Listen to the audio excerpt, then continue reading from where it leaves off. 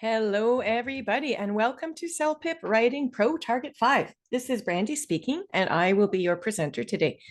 So as you are getting comfortable settling in there to listen to the session, I will remind you that your microphones are muted, but we will use the Zoom chat box to communicate today. So kindly place your questions and your comments there. If you've got any questions at all about CELPIP, I will answer them as I go through the session. Now, within the next 24 hours, we are going to email you with some helpful study materials. So please keep an eye on your inbox. You will receive a link to access a study pack. You'll also receive a link that will take you to a previously recorded version of the same Writing Pro Target 5 session. So if you can't stay for the full 2 hours today, please click on the link in your email and you'll be able to open the recording. Also, in that same email, you will receive a link that will take you to a survey. And that part is completely optional. If you would like to give feedback, of course, you're more than welcome to do so. So this is me. I'll quickly introduce myself, and then I want to know a little bit more about all of you. So my name is Brandy, and I am an online instructor for the CELPIP Test. I've been teaching for over 25 years now, mostly working with adult students, very much like yourselves, usually in the capacity of developing English language skills and job readiness skills. I've been helping people prepare for the CELPIP test, though, for over 5 years. So it's my pleasure to be here today to offer you some writing tips that will help you be successful. I'm from Northern Ontario, but I currently live in Vancouver in British Columbia. And I'm curious where all of you are from. Where did you grow up in this big wide world of ours? And where do you live now? Let me know in the Zoom chat and we'll see if we are an international crew today or no. I always try to guess based on your names, but sometimes I'm not too sure. So let me know where you're from. And while you're deciding whether or not you want to share that, I'm going to continue on with our agenda items for the day. Here's what we're going to do in the session. I will introduce the writing test to you. We'll keep that part pretty quick. We're going to talk about how the test is scored because you need to know that, of course. We're also going to look at both writing tasks today. There is an email question and there is a survey question. So for each of those, I'm going to share with you real CELPIP test questions, but from past tests. These are questions you'll never see again in the future, but as they were once real questions, we can talk about our approach, what types of details we might include in our answers. We will focus on strategies for writing that will help you be successful. And also, we're going to look at actual CELPIP test taker responses. I've got 2 real answers from both of these tasks, and we will analyze them together to see how well the writers did and talk about areas where they might want to improve upon. As I mentioned, we will focus on our key writing skills, specifically for Target 5, Level 5, do some of that response analysis. And at the very end, of course, I'll run down our study products, as we do have several free products that you'll want to take advantage of. Now, I'm going to pause just for a moment to go back to my chat box and see that we've got some people from the Philippines. And you've been in Vancouver 6 years now. Wow. Okay. I've been here about 20, almost 21 years. Time just flies when when you're settling in. Looks like we've got Joseph from South Wales. Okay. Very nice. From the UK. Natalia from Russia. Wonderful. You've been here 3 whole years. And we also have Shirley from Colombia. So it's always fun to see where we're from, as we usually are quite international, as you can see here. So welcome one and all. All right, I'm going to get underway now with the writing test overview. And again, if you've got any questions, feel free to pop those into the Zoom chat and we'll answer them as we go. So you know you've got 2 tasks to complete for your CELPIP writing. You can see the length of time you've got for each task there as well. Note that the writing section is 3rd. You will, if you're applying for your permanent residency status in Canada and you need to take a language test, the CELPIP would assess you upon your listening, reading, writing, and speaking skills. So again, writing comes 3rd. You would spend just under an hour, I guess, all said and done, with 27 minutes to write your email and 26 minutes to complete the survey. There is a word count range, and you can see that it's the same for both tasks. So between 150 to 200 words.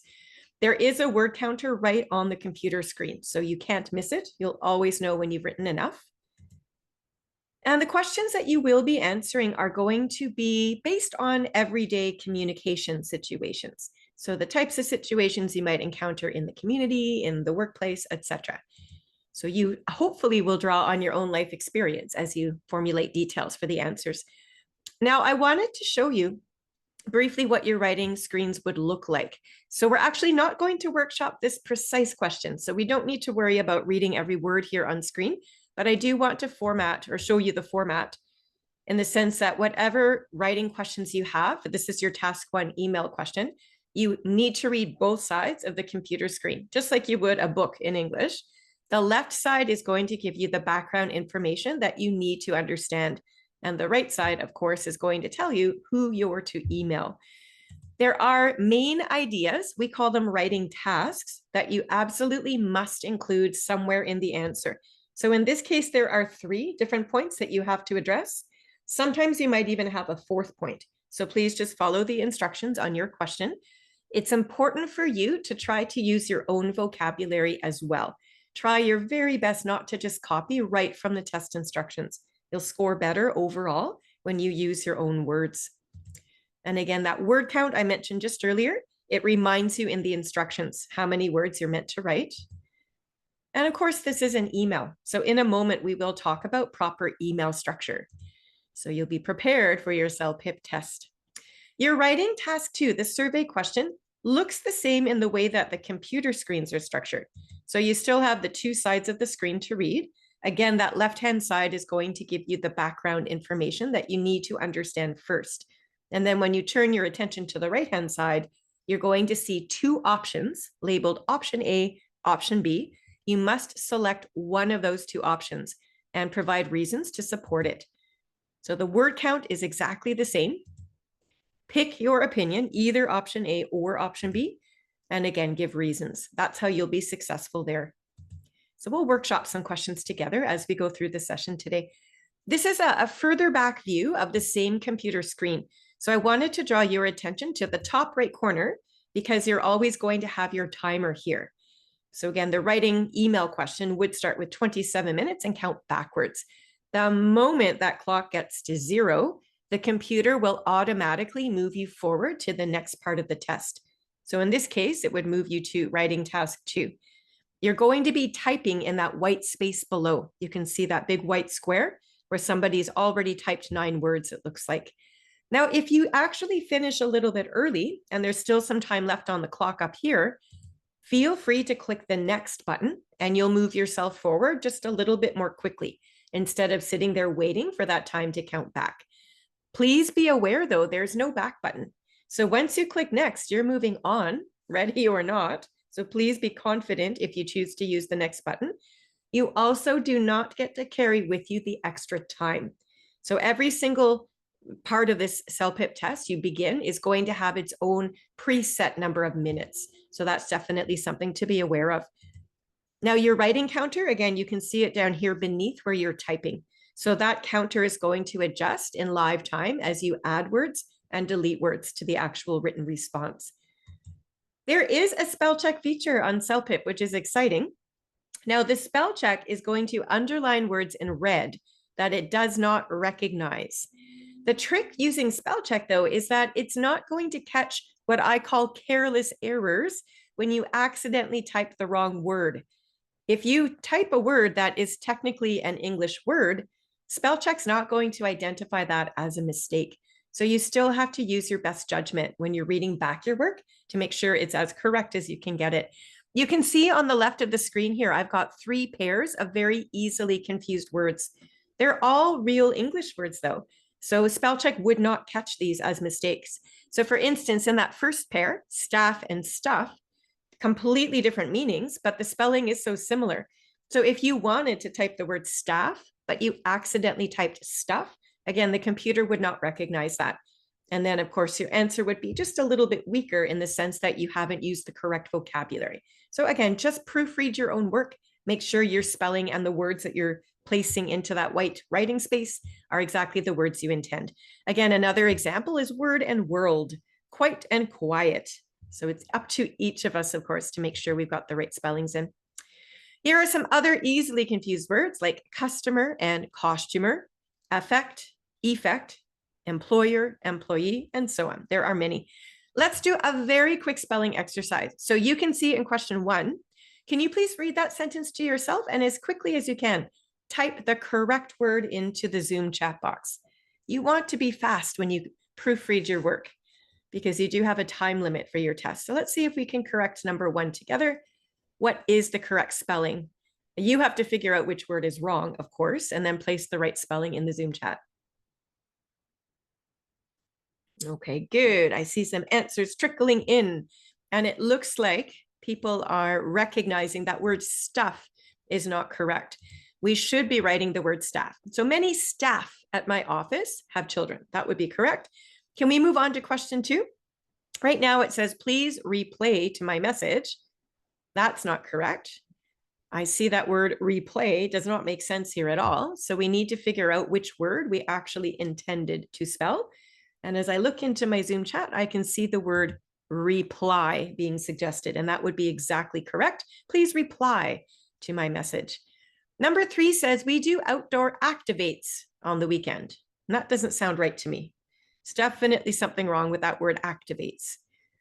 So let's rearrange some of those letters and make sure we spell the right word. And again, looking into my Zoom chat, looks like we're all on the same page here, using the word activities. So you can see sometimes how different the words end up by just missing a letter or putting the wrong letter in. So again, at the end of your writing time, as that clock is near 0, I do hope you're saving a bit of time to read over your work, because sometimes we make these little mistakes and don't notice right away. But if you read it back to yourself, you should catch them. Now, the way that your writing test is scored goes like this. It is scored by an AI human hybrid system. So it's combining artificial intelligence with the human rating team. So all of the CELPIP writing scores that you would receive, everybody would receive, are going to be reviewed and verified by the rating team. And this ensures, of course, that your CELPIP scores are certified against the rating criteria. So that's how that works. There are 4 different categories of skills. We call them dimensions, and they're listed here on the left-hand side. And these 4 categories are precisely the skills that you're going to be assessed upon. So let's spend just a few moments talking about which skills we'll need to work on at home and then demonstrate quite well in the testing room. So we're pointing at the content and coherence category up top. And basically, the more interesting your ideas are and the more developed, the more examples you have, the more well-connected your thought process is, the higher your score is going to be there under content and coherence. Your second skills category is all about your vocabulary. So step 1 for everybody, regardless of your level of writing, is to make sure you're choosing words as you write that, first of all, convey the correct meaning. We need to understand what we're trying to say. Secondly, those words need to be used naturally. That's important. And the third thing you can do to really elevate your score is, once you've mastered the basic vocabulary, you want to start studying at home to widen the range of words that you know, because the more interesting and the more precise your word choice is, the bigger the variety of words you can demonstrate that you know how to use correctly, the better your score is going to be as well. Readability speaks specifically to your grammar and your writing skills, more or less. So I think step 1 would be to learn how to master the simple sentence structure. We need to choose words, and usually simple sentences, when we're beginning, they're fairly short, anywhere from 5 to 6 words perhaps. So once we know how to create that simple structure, we then start learning the proper connecting words and transitions so that we can connect these sentences together. And again, the more complexity you can demonstrate, the bigger the variety of structures you can write, the better your score would be as well. Once you've mastered your sentence structures, we also then want to learn how to paragraph our work. And that's a higher level skill set, but it's really helpful to organize your ideas on the page.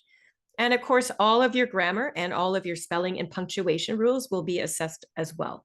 So you want to use these functions correctly so that there's no mistake about what it is you're trying to say or talk about within the writing itself. It has to be clear. Last but not least, right down here is all about your task fulfillment. So first of all, we have to answer those questions on the test completely. Please follow your instructions and don't forget a part of the question. That would be, I guess, step 1. All of the details too that you include need to be relevant, meaning they need to actually be on topic and address the test question. Your tone is important as well. So the tone is created by your word choice. It speaks to two things. It speaks to how casual or how formal you're trying to be. And that depends on your audience. If you're emailing a friend, for instance, you might use words that are a bit more casual. But if you're emailing your boss, you probably would choose a more formal approach. And again, the word choice that you select is also going to convey an emotion. We never want to sound bossy or demanding or rude as we're writing. And we'll look at examples of this as we go through the session today. The word count, again, is part of the score here under task fulfillment. So again, keep an eye on the word counters so you know when you've achieved the desired word count. The last thing I'll mention now about our scoring is that your score that you get on both of your writing tasks, it's going to be assessed based on a combination of strengths that you demonstrate in your writing across all 4 of these categories.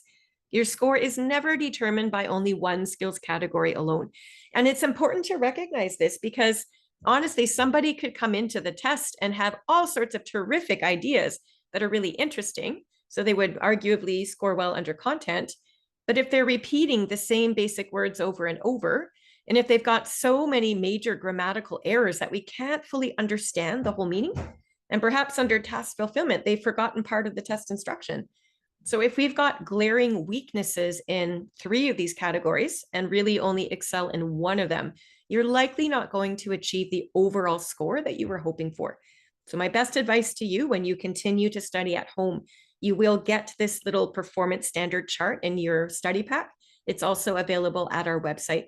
Please, as you're doing your own writing practice, look back at this checklist. Check in with yourself to make sure that you are demonstrating strengths in all areas. That's really going to help you improve your skills at home. And then you'll be more prepared for the test, of course. So speaking of the test, I'm showing you the score chart right now. At the very top, you'll notice that level 12 would be the top score anybody could achieve on CELPIP. And that indicates very advanced level. The CELPIP levels on the left here in blue, you'll notice they match directly the CLB levels in gray on the right of this chart. CLB stands for Canadian Language Benchmark. So a lot of us are familiar with the CLB assessment, especially when you're looking at immigration to Canada. We call today's session a target 5 because we're going to be focusing on the skills that we need to demonstrate on CELPIP to achieve at least a level 5. And if you read the description of what level 5 is all about, it says here that you are acquiring proficiency in workplace and community contexts. So in short, this little performance profile summarizes the general skills that somebody writing at the level 5 should be able to demonstrate. So the texts that we write in level 5 tend to be a little bit shorter. They may still fulfill the writing word count, but they tend to be on the shorter end. But the texts at least are quite coherent, meaning the ideas, at least for the most part, will connect. So we can follow along with the ideas that are being presented. The writing ideas or content details, I guess, that many level 5 writers would include would be fairly common still, though. They would be things that you might expect day to day. It's not typical at the level 5 to have too many people thinking creatively, abstractly yet. That happens a lot more about level 9 when we're in the intermediate level. But level 5, again, it's more or less a beginner level. So we're just getting accustomed to writing our simple sentences using simple grammar and more common vocabulary. So in brief, a level 5 response will make sense. There will likely be a lot of little grammar mistakes, etc. We won't have a ton of specific detail, but it generally will answer the test question in a sort of simple or generalized way. Now, when you complete your own CELPIP test, you will receive, of course, your score report. You'll know immediately what score you got on your writing test. Alongside the score report, you will see a performance profile for whichever level you got. Every single level on CELPIP has one. Again, it's going to summarize the general skills that you should be able to demonstrate at that level. All right, so I don't see any questions here in the Zoom chat yet, which is fine. If you do think of something, please feel free to ask. But I'm going to continue on here into task 1, which is all about writing the email. So you're going to need some time right now to read both sides of your screen because we're going to talk a little bit about this question and I want your input into ideas we might use if we were to answer it. So take about 20 seconds or 30 seconds, please, to read it over.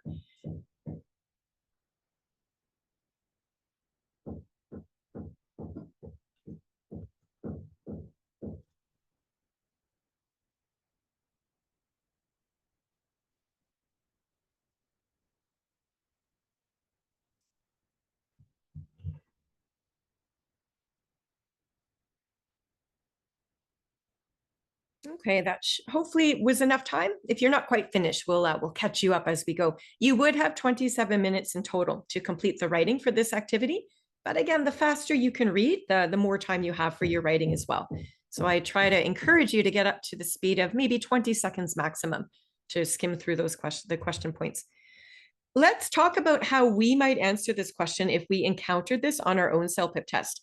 So you're going to notice here on the left-hand side, the very first background detail we notice is that we are an elementary school teacher. So when you begin to type, it's helpful for you to focus your attention on one particular grade that you teach. You are going to pretend that you are a school teacher and you will be writing this famous author to invite her to the classroom. That's what this whole question's about.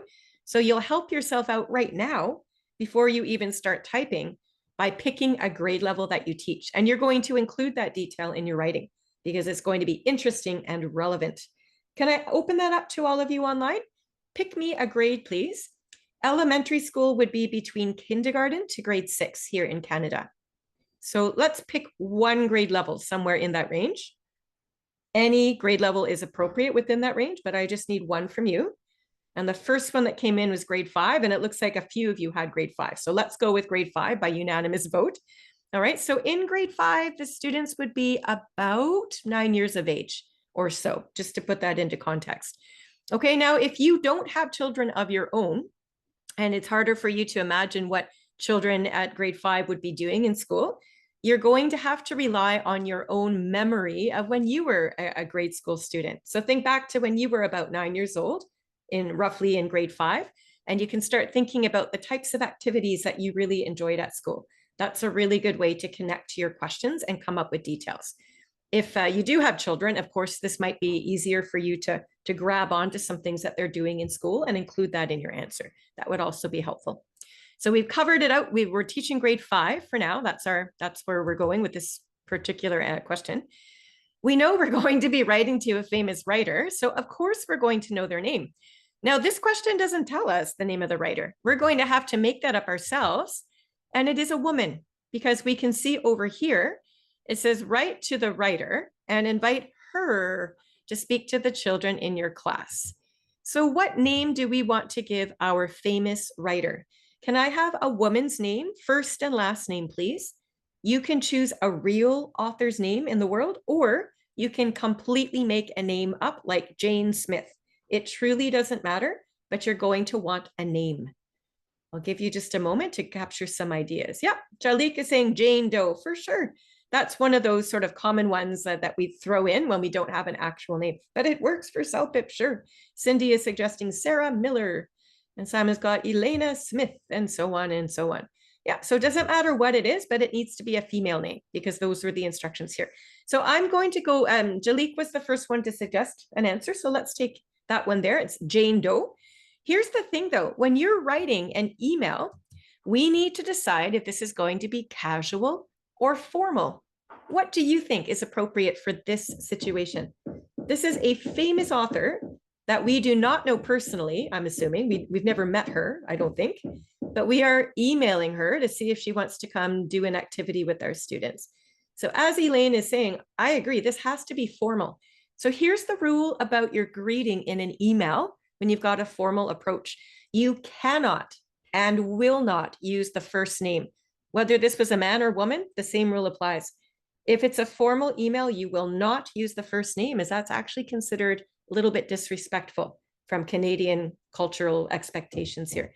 We're not going to say hi or hey, because that would also be a little bit too casual. So instead, I'm going to demonstrate in the Zoom chat box right now what your greeting would look like if we were writing to Jane Doe. We're pretending that's the name of our author. Can you see what I just entered into the Zoom chat? Notice I've got dear as my formal greeting word. That's the best one to use. This is a woman, so we need a title word. I've used Ms., M-S period. We can't say Mrs. because Mrs. and Miss, those other two words for women, they indicate the marital status. And another rule that we have to learn about expectations for writing in emails and so on is it's actually considered inappropriate and even a little bit disrespectful, perhaps, to even refer to a woman's marital status when you don't know them and it's a formal situation. So please remember this rule for the real world, not just for CELPIP, but you're going to memorize this and hopefully do this as you continue to write your emails. So when it's a woman you do not know, like in this situation, when it's formal, the only title word you can and will use is Ms., M-S period. That's the neutral word. If this were a man, it'd be super easy because there's only one title word for a man. Does anyone know what the title word would be? If this were a male writer, it's not, but just for comparison's sake, what's the title word we would use for the man? Super easy, there's only one. Surely you know it. Yeah, it's Mr., as Joseph is saying, right? So if this was a man, it would be Dear Mr. Doe, but it's not, it's a woman. So we have to go with Dear Ms. Doe. Notice my capital letters, right? Capital D, capital M, capital D again. Every single word in my greeting is capitalized, and I've got a comma after the greeting as well. So this is 100% the correct structure to use. And I'm going to test you on your ability to formulate greetings in just a moment. So I'll come back to this and see how much of what we just talked about you've remembered. Anyway, so these are just the background details. You should take no more than 10 seconds to pick the grade level you teach. We said grade 5. And to pick the name of your writer, we're going with Ms. Doe.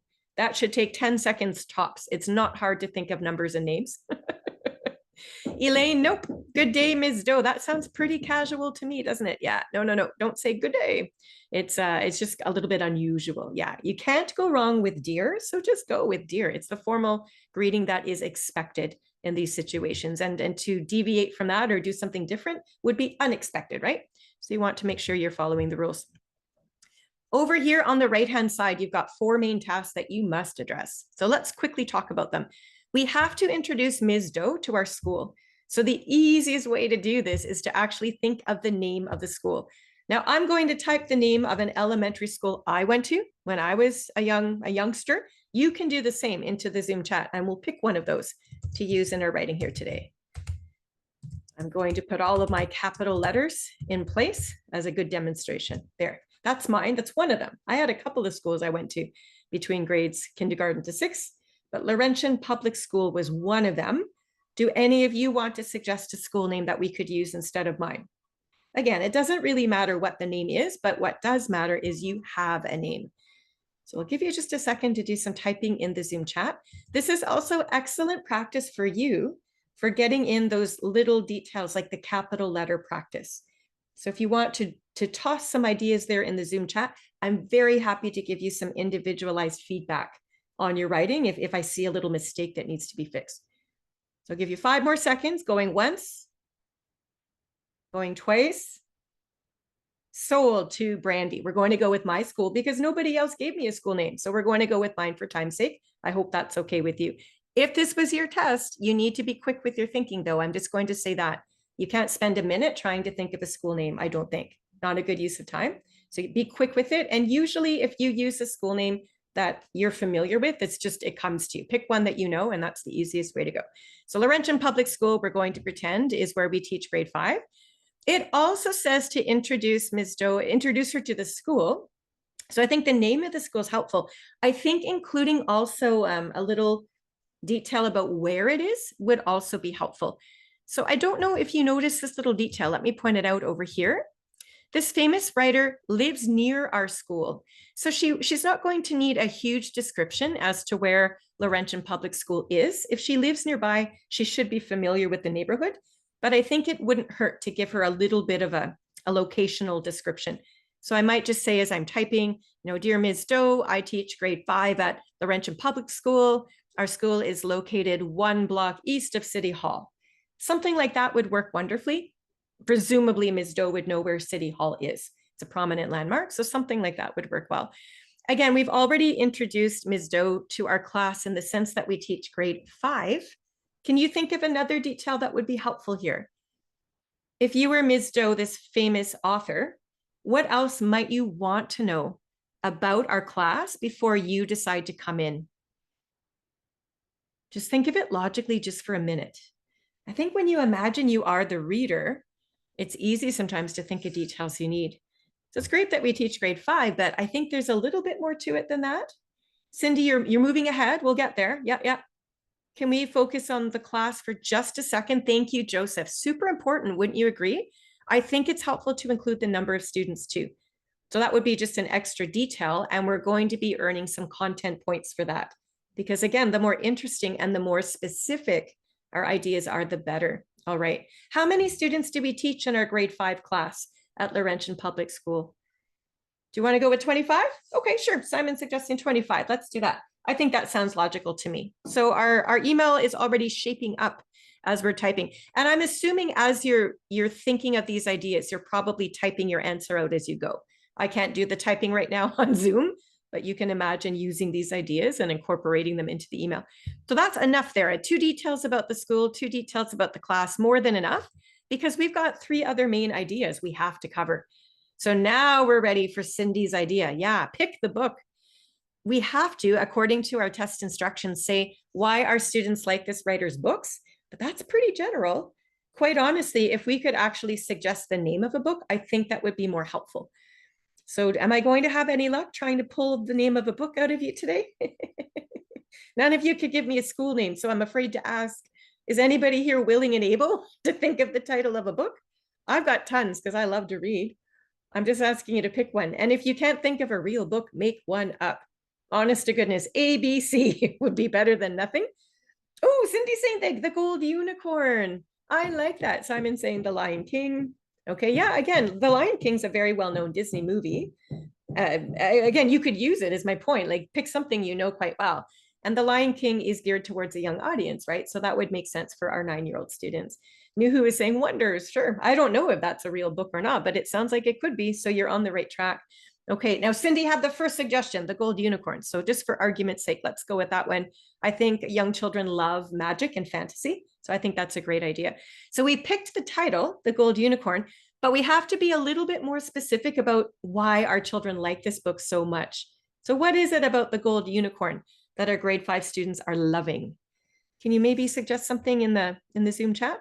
Would you enjoy, as a kid, did you ever read fantasy books about magic? Maybe think of it that way. So what would be appealing for a little 9-year-old student to enjoy this book? Yeah, Cindy's saying just the whole theme of having magic. It just amazes them. It keeps the students entertained. Yeah, we could definitely go on that. So it's kind of like the genre of the book. It's fantasy. It deals with magic, and the students are just captivated, meaning they're so drawn into the story. They want to know what happens next because the magic tricks are always surprising them. Something like that would work quite well. So let's go with that. They love the magic, the fantasy world that the characters of the Gold Unicorn live in.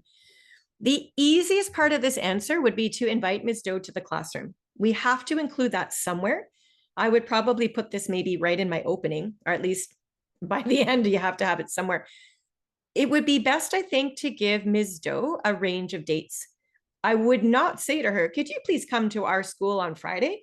If you just give her one day, she's a famous author. She's probably quite busy. So suggesting a slight range of dates might be helpful here. You know, you might just want to say to her, would you be available to visit our classroom sometime within the last 2 weeks of May? Preferably between 9 to noon when the children are fresh. Something like that would be just fine. So a 2-week period, and we've even given her some hours within the day that would work. Something like that I think would work just fine. And here's the last step. It says we have to explain what Ms. Doe is going to do with our little grade 5 class of 25 students. And here's my advice to you. Remember how your content and your coherence is being scored? Coherence is, again, how all of your details fit together. So if you've already said that the students love the Gold Unicorn because of its magical adventures that the characters are taking on, does that give you an idea about what Ms. Doe could do with the students if she comes to visit? Something about the magical adventures of the characters. Can you think about when you were 9 years old? What would you want to do with a book about magic? What type of activity in the classroom comes to you as something that would be appropriate for the age, but just fun? How could we get the students involved in an activity? What would we do with them? What do you think? This is probably the hardest part of the whole piece because yes, you do have to be a little bit imaginative. But if you've already selected a really good reason for why the students like the books, or like this book, I mean, then it should be relatively easy. I don't see any answers yet. So for time's sake, if you don't mind, I'm going to suggest one. because we have a lot of material to get through and I don't want to wait for too long just in case. But if this were my answer, I'd probably make it really easy and just say to Ms. Doe, can we please put the students into small groups of 3 or 4 and have them act out their favorite part of the scene. We can provide that some costume pieces like the wizard's cape and the hat, and then have the students dress up and act out their favorite part of the scene. I think that would be ideal. Do you not think? If they love the magic in the book so much, why not have them act out a scene? To me, that fits together beautifully. It's interesting and it's appropriate for this question. So this is the way you're going to approach all of your CELPIP writing questions. Now, a lot of these specific details that I've been really pushing you hard right now to get out of you, these are above the level 5. I need to also qualify that. Typically at level 5, the details people come up with on their own are going to be quite a bit more general. But I recognize I've got lots of you online that are probably targeting different levels on the CELPIP score chart. So I think it doesn't hurt to reach higher sometimes. So you've got lots to think about now as far as how interesting you want to make your content details and the types of ideas that you want to come up with. Can we get back into the structure of an email? So we already know that an email has to have a greeting. So I demonstrated one earlier in the Zoom chat box. I'm just going to emphasize that point one final time here. So remember, if you're writing a stranger, which is what we're doing in this practice question, it's a famous author that we don't know, you're going to use the formal approach. We're starting the greeting with the word dear. I've got your title word for the man is Mr. The title word for the woman we've already talked about today is Ms. We've got a new one here maybe you're not familiar with, and this is non-binary. So for those people who don't identify strictly as man or woman, there's another title, MX period. So that's one you probably won't use commonly, but if you work along someone that you know is non-binary, this is a respectful way to formulate a greeting. The last name is visible here. Remember, for a stranger, there's no first name. You cannot use the first name in a formal greeting. It's just not done. It would be a little bit disrespectful. But the last name, of course, has to start with a capital letter, as do all of the other words in the title there. If it's a friend, though, or somebody you work with and you know them really well, this is when you can be casual. So notice the greeting words here are either hi or hey. That's fairly common when we're emailing a friend. And you notice it's the first name only. This is what casual greetings look like. Hi, Erin, or hey, Tomo. We still put the comma after, and we still put all of our capital letters in place, but the words you're choosing are creating the correct tone. Remember, tone is part of your score for CELPIP writing, whether you're being formal or whether you're being casual. So learning these structures is helpful. And again, in the real world, you'll be using these greetings all the time. So it's helpful to know which is which and when to use them. If you don't know the person's name, and this happens fairly often, if you're applying for a job, for instance, sometimes you don't know the actual person's name. If that is the case, the best thing you can do is to use the job title. And I've got 2 examples here for you. So dear restaurant manager or attention transit supervisor. Both of those would be appropriate for a formal situation in which you don't know their name, but you can see the very precise job title. Notice after dear restaurant manager, we have a comma. After attention transit supervisor, I've included what's called a colon. This is a ... It's called a colon. We use the colon when the situation is more formal. That's just the rule there. You could use either the comma or the colon, but the colon is more formal. You'll probably be using the comma for 99% of the emails that you write, but I think it's helpful. You might see this from time to time. And if you've ever wondered why it's a colon, now you know it's just a more formal approach. Okay, so enough about greeting formula. Let's see what you've learned now. We're back to the same question about inviting this famous author to our classroom. Can you pick one of those 4 greetings at the bottom that is the most appropriate for this formal situation? A, B, C, or D? Have a look over. And when you're ready, do you want to put one of those letter choices into the Zoom chat? And we'll take it up as a group. So which one would you choose for your formal email greeting in this case? There's only one that is correct. So I thought I'd mention that. We've got some very fast fingers in the Zoom chat there today. I see everybody right away said it has to be C, and you're absolutely correct. Yep, this is the only one that makes sense. Dear Ms. Atwood. Capitals are there. The comma is at the end. We're using Ms. as the title word because it's a woman. and then the last name only, Atwood. Good. I'm glad that you've internalized that rule. It's so important. Okay, so we're done with the greeting. Enough about the greeting. Let's go on to the first paragraph of your whole email. Somewhere within your first paragraph, and it will be short. The first paragraph is one of the shortest parts of the entire email. It has to, usually, again, 99% of the time, it's going to have your purpose statement. Your purpose statement is literally the reason why you are writing. So you're making the reader's job super easy if they understand what you want from them immediately in that very first sentence or two at the top of the email. So you'll notice again for the same question about inviting the famous author to our class, I've got 3 possible purpose statements there below. They're lettered A, B, and C. Would you take a moment, please, to read them yourselves and then place the letter into the Zoom chat of the option that you think is the best for this particular question.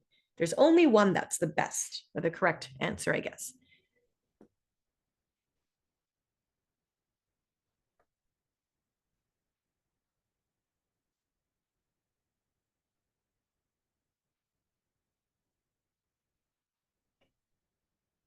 Okay, I've got a few answers just starting to come in. So I'll give you just a few minutes more. I know there's more to read with these sentences here.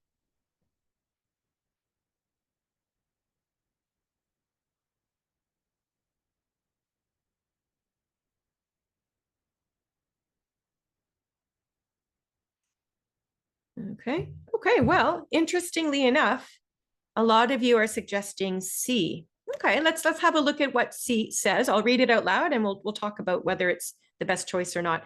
C reads, I am an elementary school teacher and I am writing to invite you to speak to the children in my class. Okay, I can see why everybody has selected that because honestly, that is exactly what this question is talking about. If you go back up to the instructions up top, and I'll point to them here, that's what the instructions say. Write to this writer and invite her to speak to the children in your class. Can you see a slight problem with C now that I've just read them both out loud to you? Again, I'll read part C out loud and immediately I'm going to read the instructions out loud. And I'm hoping you're catching what I'm trying to get you to see. It says here, I am an elementary school teacher and I am writing to invite you to speak to the children in my class. Write to this writer and invite her to speak to the children in your class. Do you get it now? What's wrong with that? Jalik has it. Yeah. Oh, shoot. We need to paraphrase. Absolutely correct. So here's the thing. We all know that A is incorrect. Option A says, I'm writing to let you know I'm a teacher at an elementary school. That's not at all the purpose of this email. And I'm very happy nobody selected that. When you look at option B, I am writing to invite you to visit my grade 3 language arts class next Friday afternoon. Isn't that the same idea as C, inviting the author to speak to the children in our class? So technically B and C are correct in the meaning. They both make sense. They both capture exactly what this question is asking us to do. But choice C just copies word for word from the instructions up here. So it's actually not the best way to go. Because choice B says the same thing, that it uses our own vocabulary, and on top of that, it's adding extra interesting details in. We've now captured that it's a grade 3 class. We've now captured that we teach language arts. We've now captured that maybe next Friday afternoon would be a good option to come in, right? You're already building up your content details. So if you had to pick between B and C, even though they're both acceptable, choice B is definitely the more interesting and the stronger of the two. Does that make sense? Again, this, I would argue, this is probably a little bit above level 5. I don't see many level 5 answers that think to do this. But now you know, right? So if you're looking to target a slightly higher skill, I want you to start thinking in this type of frame of mind, if you will, with specific details. And you're going to help your score, regardless of what you're hoping to achieve on CELPIP. You're certainly going to help your content score if you're able to do that, and your vocab score on top of it. So we've got our purpose statement. We know that we want this author to come in and talk to our class, etc. The middle paragraphs are going to come in next, right? The body paragraphs. Body just means middle. You're going to have a different paragraph for each main idea you talk about. So the main ideas, remember, they're the ones presented right in the test instructions. Those are those 4 bulleted points. So for instance, we had to introduce the author to our school and our class. That would be an example of a main idea. The specific details are all the details I was asking you to put in the Zoom chat. Like, what grade do we teach? How many students do we teach? And so on. Okay, so again, use the main ideas on the test, but come up with your own specific details in your own words. Could somebody please answer Fernando's question in the Zoom chat for me? And we sort of just talked about it, and I'm glad you're asking again for clarification. I want to see how much you've learned about what we've just talked about here. So Fernando says, but answer C could still work, right? Could it work? Yes or no? Let's do it as a group here, just before I move on with my lesson. Could we still go with answer C and just read it right off the test instruction screen? Would that still work, do you think? What do the rest of you think? And if you don't know, good for me to know. I'll clarify it for you right now. Okay, looks like there's still some confusion around that. So let me try to clarify one more time for you. Answer choice C copied the words from the test instructions word for word. So if you did that on your test, at least your idea would be correct. So that's a good thing, but you're certainly not going to score near as well for your vocabulary because you're not paraphrasing. And you're also missing out on an easy opportunity to add in some of those interesting details that the rating team likes to see. So although answer C is acceptable on the most basic and general levels, it's not ideal. I hope that makes sense. The answer choice B that gave those specific details about, I teach language arts to grade 3. Could you visit it next Friday afternoon? That still fulfills the purpose, but in so much more detail and more interest as well. Yeah, good. So hopefully that makes sense now. Yeah, try your very best to give those extra details using your own words, super important. Okay, to end your email, you need a concluding statement, which is logical. The very last thing you write in an email is usually quite short, to be very honest. It's one sentence that's going to summarize what you were writing about. Sometimes too, it can actually leave a next step. It's very common in emails. Like in this case, we probably want to hear back from the author to confirm if she's going to visit us or not. So that I think would be a very effective concluding statement to have here as well. Yeah. All right, let's see if you understand the basics of the concluding statement. So I'm going to place 5 different conclusions on the board here, and I want to see if they're appropriate or not. We have choice, but some of these are not going to be correct. Answer choice A says, please let me know if you're available to visit my class next week. Does that make sense for the last sentence in this email? Would you say yes or no? Let's do a very quick vote in the Zoom chat box here. What do you think? Please let me know if you're available to visit my class next week. I'm with Joseph on this one. I think that works just fine. We are reminding the author that we want them to come. That's the whole reason that we're writing. And look at how polite the language is. Please let me know, right? So we're being very respectful. I like that. What about this one? I need you to tell me when you're going to come to my class. Does that work for you? Would you say yes or no?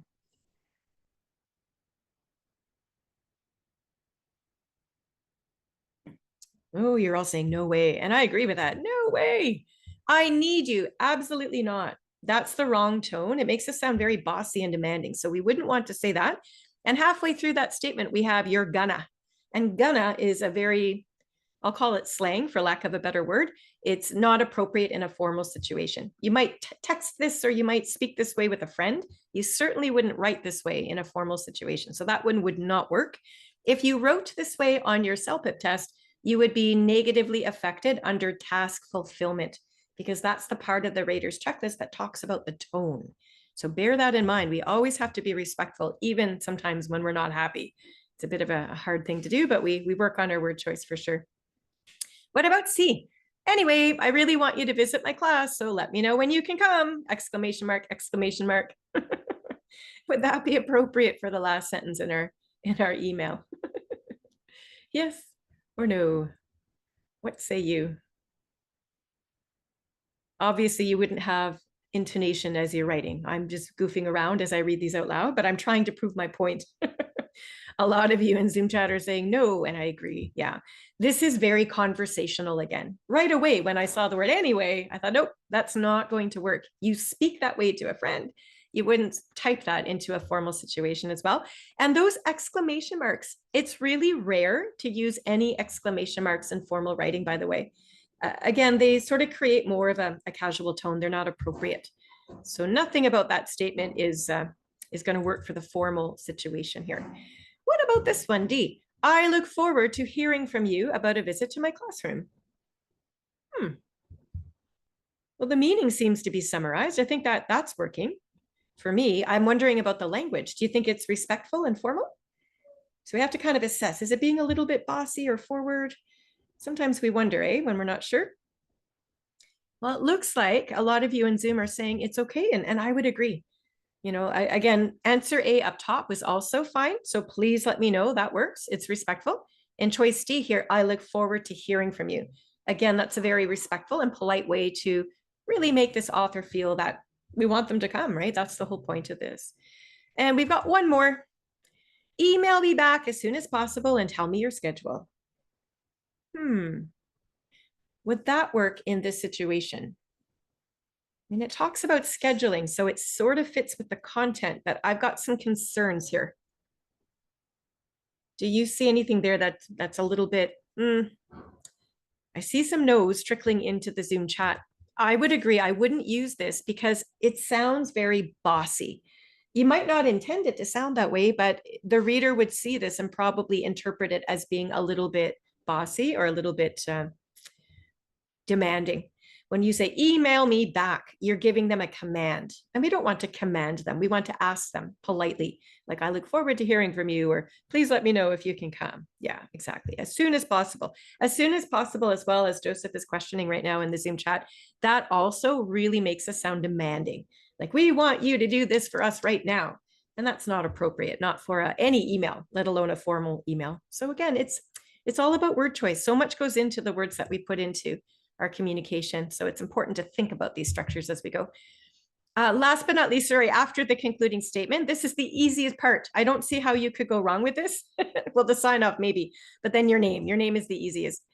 So under the formal situation, in Canada, there are some very common sign-offs, and I've got two of them as an example under the formal section here. So I've got one, the first example, kind regards. This shows you how to do it with two words. So if you're going to use a two-word sign-off, like kind regards or best regards, or something like that, or warm regards, any of those would work. You're going to put a capital on the first word, like you see here in kind, but the second word does not have a capital, and then you have a comma. So that's one way to do it. If you have a hard time remembering where the capital letters go, please make it easy on yourself and go with a single word. The word sincerely is one of the most common sign-offs, and you can use it for just about any situation. So the first word has to have a capital anyway. So there you have it, capital S. There's a couple other really common sign-offs in Canada that I'm thinking of right now that I've not listed. Do any of you want to run your ideas by me now, just for some feedback? Anybody else have some other ideas that are not listed here that you want to check? Because again, this is where communication gets a bit tricky. Some sign-offs in certain parts of the world would work there, but not in other countries. So again, it's just important to check these things out sometimes so you know what to do for the appropriate situation. So Fernando, can you correct your capital letter mistake? Do you see how you've got a capital B and a capital R? There's no capital R on regards if you want to use two words. So use the structure you see on my screen, kind regards. Apply that to your own writing, but you're using best regards. Yeah, so that would be one easy fix to do. Elaine, there's no reason to say thank you. I mean, it's polite, but why are you thanking this author? She hasn't done anything, right? So it wouldn't make sense to say thank you here in this case. Yeah. Yeah, good. Fernando, good. You've got it there now. Perfect. Okay. Sincerely. Yeah, we've got sincerely on screen already. The other one I was wondering if you might mention, I've not seen it. So I'm just going to type it into the Zoom chat because it's a really good one to know. Well, I guess technically we do have regards on screen. I was just thinking as a singular sign off, you could go with regards. Another fairly common one, this is the one I use, is best. So you might see one of those. And if you do, that's all it is a typical sign off. If it's a casual email, you could say cheers. It's not my style. I've never used this sign off in my life and I won't. It's just not my style.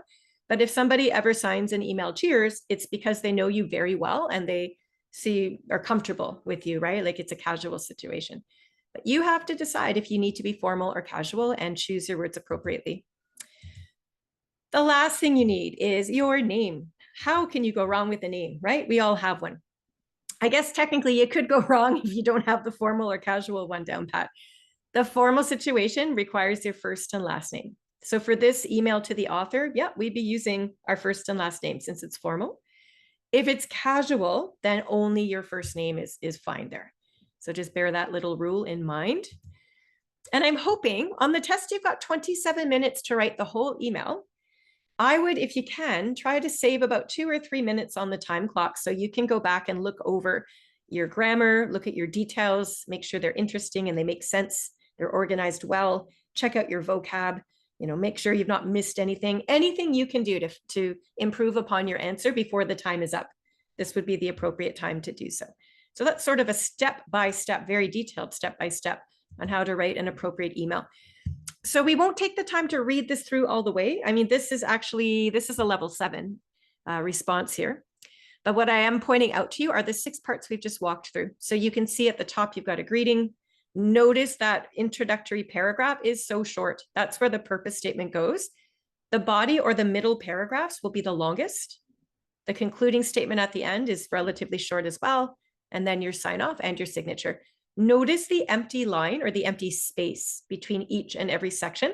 Notice as well that every single sentence begins flush with the left margin. So it looks like blocks of information, and that's what your writing should look like in an email situation for sure.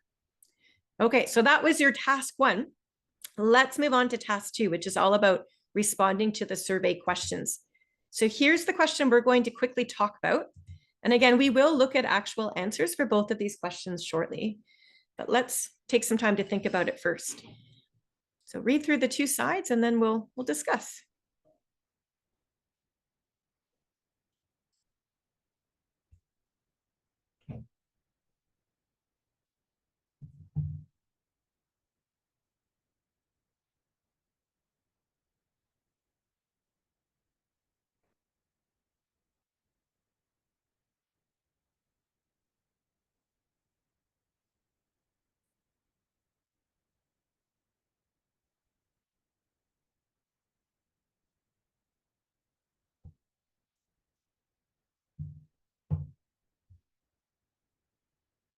Okay, hopefully that was enough time to really understand what this question is asking you to do. I'll remind you quickly that the word count is the same as we saw for the email in task 1. We still have to write between 150 to 200 words. We have 2 options to select between. So for your survey question, you've got some choices as far as how you want to structure your answer. You have to click in one of those 2 bubbles first off. So if you're selecting option A, using your mouse, you're going to click in that little tiny bubble beside option A. And this one says, I think we should keep our vacation time instead of going to the training.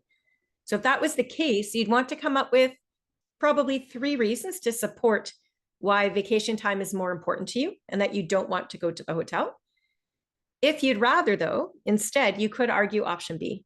I think we should do the training and cut back on our vacation time. These are completely opposite positions. So please do not support both of them. It's really important to click beside one of those options and give reasons to support only the one option. So choose that option. Again, ideally, it's going to be the first sentence of your response. You don't need a long introduction here. Just get right to your point, and whichever of those 2 options is best, you're going to very clearly identify that. So after you've done that, you then, of course, need those reasons, as I just mentioned. I would suggest you try to come up with 3 reasons. 3 reasons is sort of that magic number that proves to the rating team that you have lots of ideas that you're capable of connecting together. You could get by with 2 reasons only, provided you've got more specific details to support them. So again, you've got a little bit of choice, but you still have to fulfill that writing word count. So aiming for closer to 200 words would be ideal. And most of us would want 3 reasons in order to do that. One really important writing skill we need to learn how to do is that for each reason we suggest, we are going to begin a new paragraph. So if you have 3 reasons, you're going to have 3 middle paragraphs. That's how that works. If you've only got 2 reasons, well, you'd have 2 middle paragraphs and so on. So it helps the reader follow when you've organized those paragraphs. And then after those body or middle paragraphs, again, we need a concluding statement. Most of us would just write a sentence summarizing what our opinion was or our option was. Just try to use different vocabulary so that you're not repeating yourself again, considering what you might have written in that first sentence up top. Okay, and again, with your response survey, it's ideal. You have 26 minutes to complete the whole thing, but if you could save about 2 or 3 minutes to proofread your work, make sure it's as interesting and correct as you can get it. I think that would be ideal before it's submitted to be marked. So here's an example of a finished CELPIP test taker answer. This was also a level 7. We won't read all the details for this one, as we'll workshop a different question later. But you'll notice that first paragraph states the opinion right up top. In my personal opinion, I think we should keep our vacation time instead of going to the training. Perfect. It's exactly what you want to do. There are 2 reasons provided. So you see those 2 middle paragraphs. And the conclusion at the very end even begins with "to conclude." So we know that the last thing is coming. And I would like to enjoy my vacation rather than going to the training. So we've sort of restated our position, just using slightly different vocab. So that's an ideal way to structure your writing. Okay, now before we get into the sample responses, I do want to take a moment to really focus on the skills we need to achieve at least a level 5, if not higher. We've already gone through this chart before, so I just want to remind you of those 4 key categories that we have to keep in our minds as we're writing. So the content and coherence is the first skill. We spent a lot of time earlier as we were talking about what grade we were going to teach and what was the name of the book and what type of activity. So we've spent already in this session quite some time thinking about content, and you'll do the same on your own CELPIP test.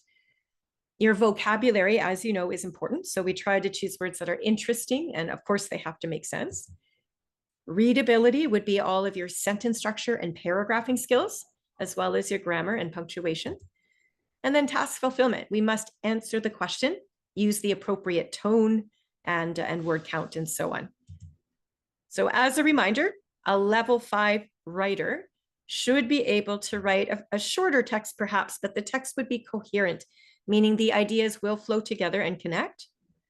The ideas might be a little bit more common, and the sentence structures and grammar used would also represent more simple grammar and so on, and vocab too. It's common as well in level 5. Sometimes when we begin to learn any language, I think we learn from examples. So sometimes we might memorize different phrases that we've seen other places and use them in our own writing. And that's typical at the beginner level here for level 5.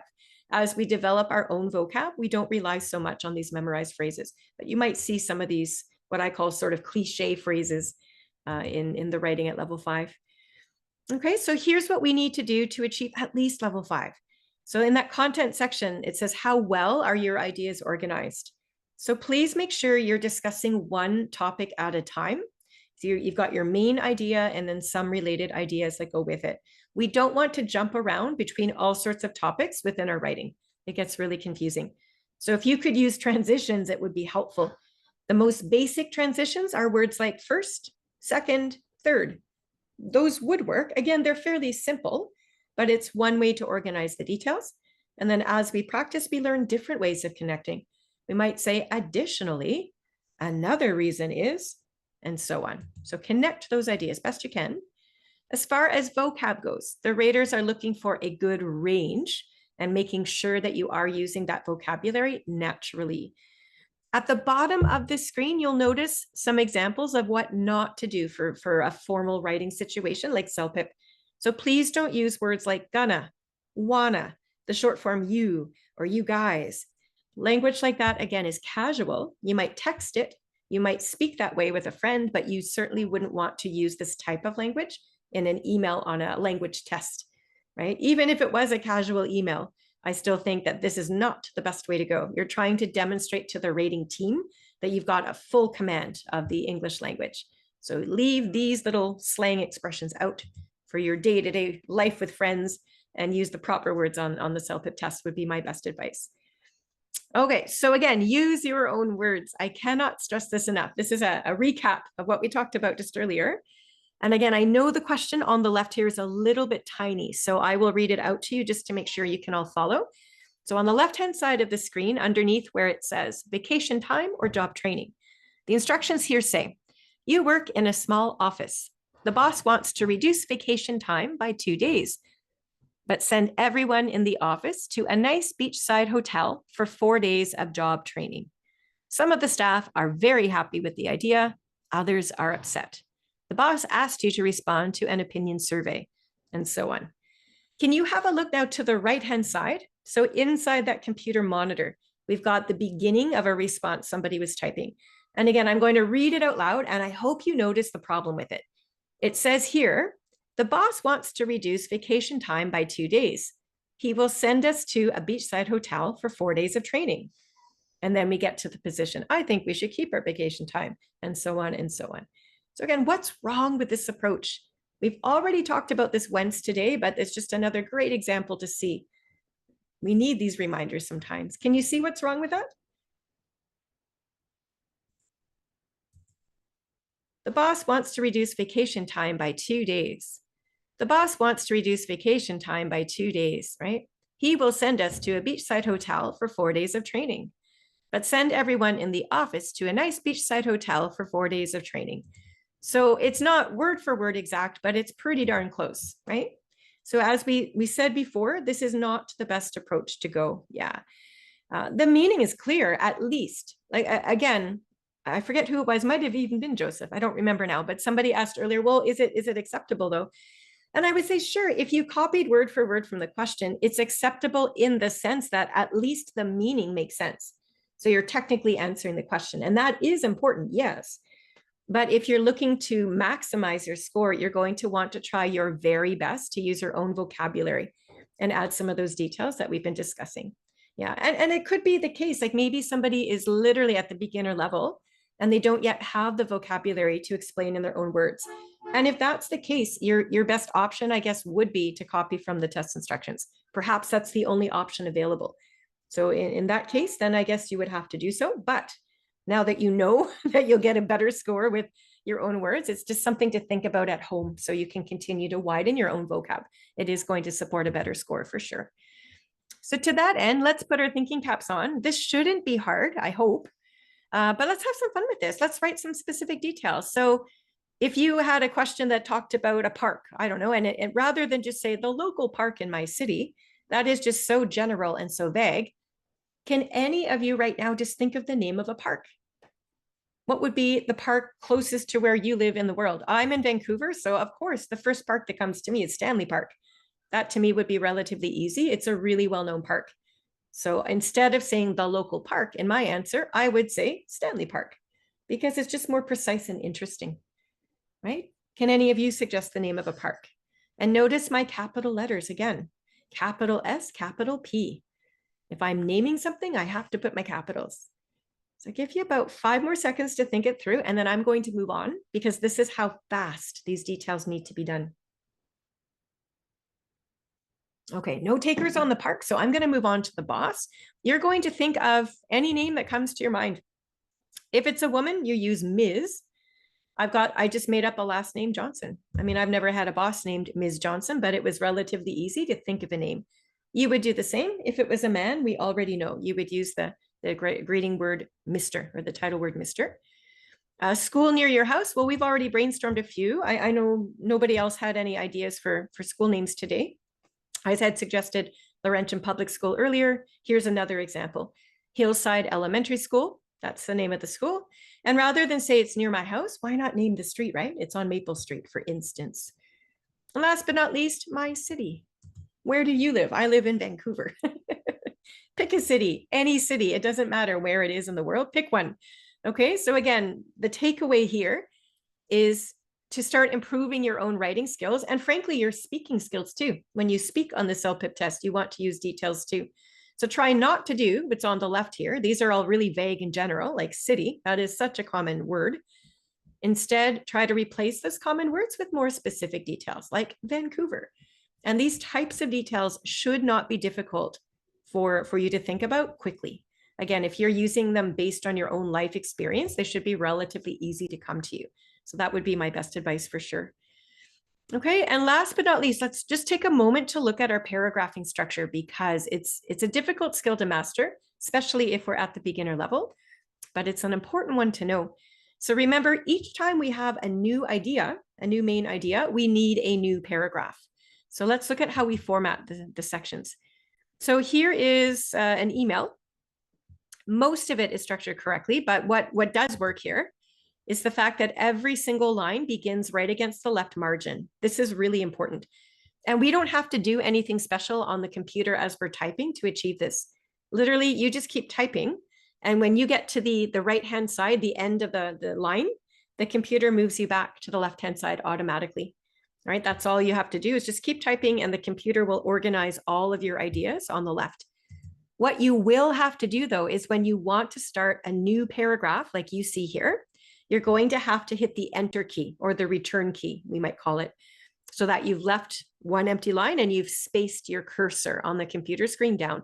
So again, one empty line should go between every single part of this email. The only little mistake that this person made is down here. All of these lines are great. When we have the name here. Oh, I see what they've done. They've given their name and then they've given the school that they teach at. Okay, actually that is fine. I misread, yeah. Oh, it's here. Sorry, I misread the whole thing. So here we've got, I will certainly wait for your reply, which is the conclusion. We should have an empty space and then the sign off. This is not a great sign off, as we just discussed. Like there's no reason to thank Ms. Brown because Ms. Brown hasn't done anything, but you would put the sign off there after you've left a space. It's just a tiny little nitpicky detail, but we might as well discuss it as we're looking at it here. All right. Another thing that we need to do, absolutely must do to make it easy for the reader to understand is that every single time you've got a punctuation mark, and I'm pointing in the first sentence there to a period like a full stop ends a sentence, you're going to hit the space bar on the keyboard once, and it's going to leave one little space. So the next word begins with that space in mind. And you'll notice in the second example where I'm pointing, it's actually a comma. And we use a comma when we pause. So put the comma, hit the space bar. You need to leave that empty space between the next word or the next letter. Leaving spaces helps the eyes understand where the words begin and end. And you're really going to make it much easier for the reader to follow along. So these are important skills for sure. So speaking about your readability, that's what we were just discussing with your structure. Again, we've talked about joining our words together. Typically at the level 5, we see more basic connecting words. Probably we would see more evidence of words like first, second, third, or and also. Those work, but they're fairly common. Once we develop the skill a little bit more, we start to use a better variety of higher level conjunctions, such as although, however, furthermore, and so on and so on. But however you're doing it for now, whether it's at a simple level or intermediate, we want to connect ideas together. Capitalize the words that need to be capitalized, add your punctuation in where necessary, and just really watch your grammar. I think the big ones to focus on first are listed here on screen. So your verb tenses are crucial. We have to use the right verb tense so that we understand the time frame of when your ideas are happening. That helps us understand. Subject-verb agreement is another one to get right. When we mix and match all of our subject-verb agreement rules, it really confuses the meaning. So focus on that. And singular and plural nouns is one at this level that does sometimes crop up as an issue. You know, we have to put S's on words that are plural and not so much on words that are singular. So just fine tuning the writing is going to help. Moving on to that last section with task fulfillment. So at any level, level 5 or otherwise, we have to complete all of the tasks included in the CELPIP test instructions. That's really important. Ask yourself this: who are you writing to? In our email question today, we knew it was a famous author that we've never met. So that allowed us to understand that this is a formal email. So I can't use their first name, for instance, right? So again, you are choosing words to convey the right tone and the right emotion for the meaning that's necessary for the task itself. Okay, so with all that, now's the fun part. We're going to put it together here and get into some actual sample responses written by real CELPIP test takers like yourselves. And we're going to see what they've done quite well and where they still need to improve upon a little tiny bit. So we're going to analyze 2 different responses for the email and then 2 different responses for the sample response survey. I'm going to let you know right now that of these 4 answers we're going to have a look at, these people earned either a level 4 or a level 5. We're just going to focus on those 2 levels for now, because again, today's session is all about making sure we achieve at least that level 5. So some of you online today, perhaps your aim is for higher than that, and that's okay. But for now, at the very least, by recognizing strengths and weaknesses, you'll still come away with some valuable writing skills. So we're going to look at these writing pieces in a moment and analyze each of these categories of skills. Did these people include specific details? Is their vocabulary natural?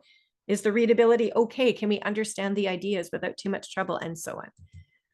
So remember, our first question was all about the elementary school teacher. So we had to write to this teacher and introduce our class and our school to her, explain why our students like this author's books so much, invite the author to our classroom, and suggest an activity. So let's have a look at our first CELPIP test taker's response.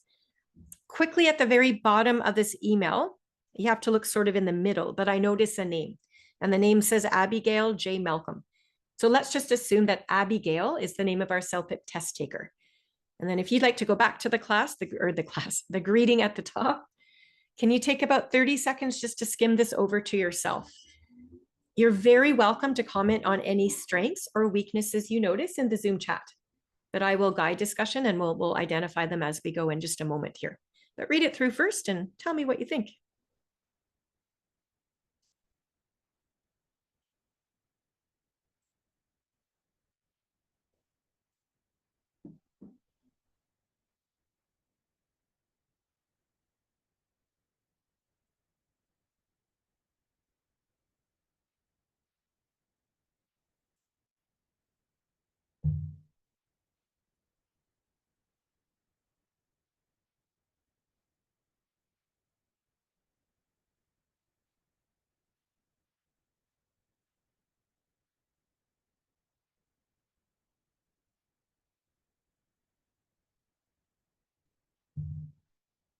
Okay, so that is Abigail's answer to this test question that we've already workshopped as a group here. I'm going to start a little bit backwards if you don't mind. So on that skill chart we're talking about, I'm going to start with the task fulfillment, which was the very bottom skill set that's going to be analyzed by the rating team. So we need to figure out, is Abigail here? Is she actually emailing a famous author as the question indicated? And if you look up to the greeting, I don't think so. I don't think Abigail has fully understood this question, to be very honest. Her greeting says, "Good morning, class." So Abigail is addressing her students, and that's not what the test question said. The test instructions asked us to email out to this famous author and invite her to visit. Yeah, exactly. So Joseph is also noted. It's like an email to her class instead. And Mildred's saying, I'm a little confused here. Exactly. Right off the top, we recognize there's a bit of an issue here. Another one of the main tasks that we have to include in the writing is the fact that we have to say, does the writer here, Abigail, does she introduce this famous author, whoever she is, to the school, to the class? Are there any details at all about the grade level that Abigail teaches? Perhaps the number of students in the class, maybe even the name of the school or even the location? And the answer to all of those questions is no. Abigail has not even addressed that part of the test instructions or that task. So from a task fulfillment standpoint, so far, she hasn't followed any of the instructions required. So this is problematic for the scoring, as you can imagine. Another one of those main writing tasks, we had to identify a book and explain to the author why our children like it so much. And Abigail didn't really do that. Instead, what she ended up doing is asking the children to explain why they like the book, and then she identifies why she likes this book. So technically she's talking about a book, but that's not really the focus of this part of the test instruction. So Abigail is not demonstrating full task fulfillment here at all. Another one of those bulleted points we had to do was invite the famous author to the classroom. And Abigail kind of does that in a roundabout way. She says here, I invited him, I guess it should be her, but I invited the author to come here and visit us. So she's basically reporting to her class that she's already invited the author. So it's kind of half right, isn't it? The test instructions asked us to write to the author and invite her. So Abigail didn't fully understand, but she's at least approaching the test instructions, I suppose. And last but not least, Abigail is meant to explain to this author what that author is going to do with the children. And this is probably the best part of Abigail's response. She says here, the author is going to tell us why she loves to write books, and then she'll read the story to us and explain about it. So technically, she actually has followed instructions for that one main task, but the other 3 from the test instructions have not been done at all or not been done very accurately either. Also, under the task fulfillment, she does have a sign off in a way. It's just not fully correct, right? Oh, sorry, the word count, I skipped over that. The word count at the bottom is too short. Remember, it's supposed to be between 150 to 200 words. So that's also going to be negatively penalized for task fulfillment. And again, her sign off here, thank you and a pleasant day to all. It's polite, it's respectful, but as we already know from having just practiced, we would use a more customary sign off like kind regards or sincerely or something to that effect. So she's got a couple of basic skills, but definitely wants to fine tune some things. I would say overall, and I'm going back to what Joseph said in the Zoom chat about this is more like an email to the class. I agree. I think this email almost reads more like a script than an email at all, doesn't it? It's almost like a play-by-play from Abigail. So it just doesn't demonstrate full comprehension of the piece. So that's task fulfillment. And then when you just think about the content section, this is now the top area of the rater's checklist.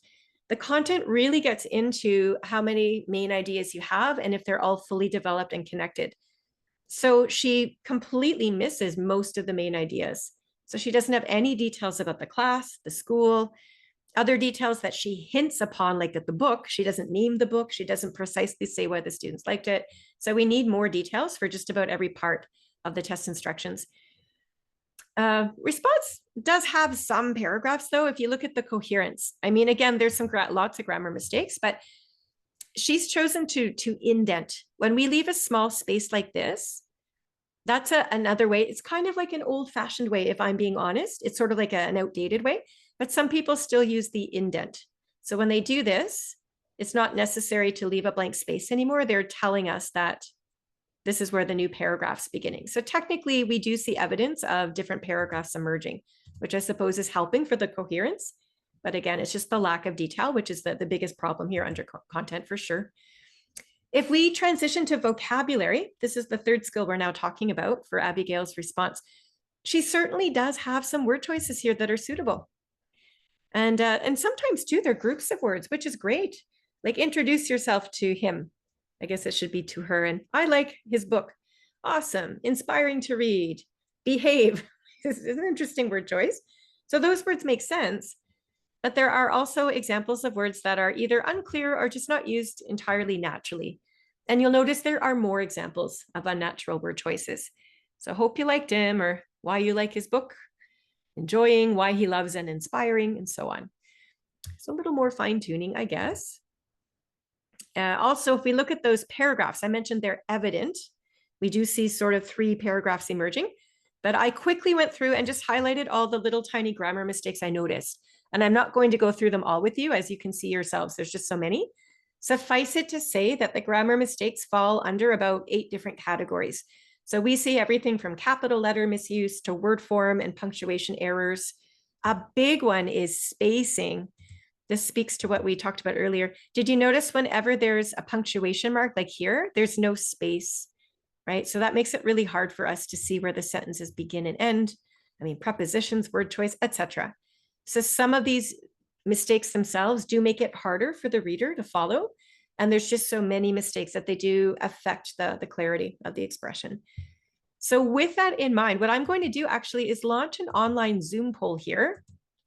Remember how I mentioned that all of the samples I'm sharing with you right now are either level 4 or 5. So I've got this Zoom poll online. You should be able to see it now on your computer.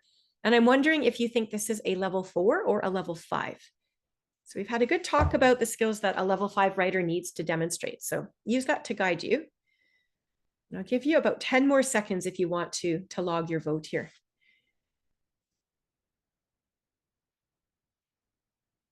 Your online votes, by the way, are anonymous. Nobody knows which option you have selected, so please don't be shy. But I will now share with you the results because this is the fun part. You get to see how your selection measures up, I guess, with everybody else. And we have a unanimous decision. 100% of you are suggesting that this is a level 4, and you are all absolutely correct. Yeah, this is what a level 4 piece of writing looks like. So again, level 4, well, clearly falling just short of level 5. This would be your beginner level. So again, it's important to notice that there are some skills there we're seeing Abigail is starting to demonstrate. Again, her use of paragraphs was remarkably clear cut as compared to some of the other content errors, but doesn't quite do enough to achieve that level 5. So let's compare that response now against our second and final response specifically for the email question here. So this one, if I look to the bottom, you can see the name of this CELPIP test taker. He's got Bradley Pittman. So let's assume that's our CELPIP test taker. Again, if you'd like to start at the top with his greeting and then read through, the same thing, we'll talk about what he's done well and where he needs to improve. Feel free to make suggestions in the Zoom chat too, if you have any ideas as you go.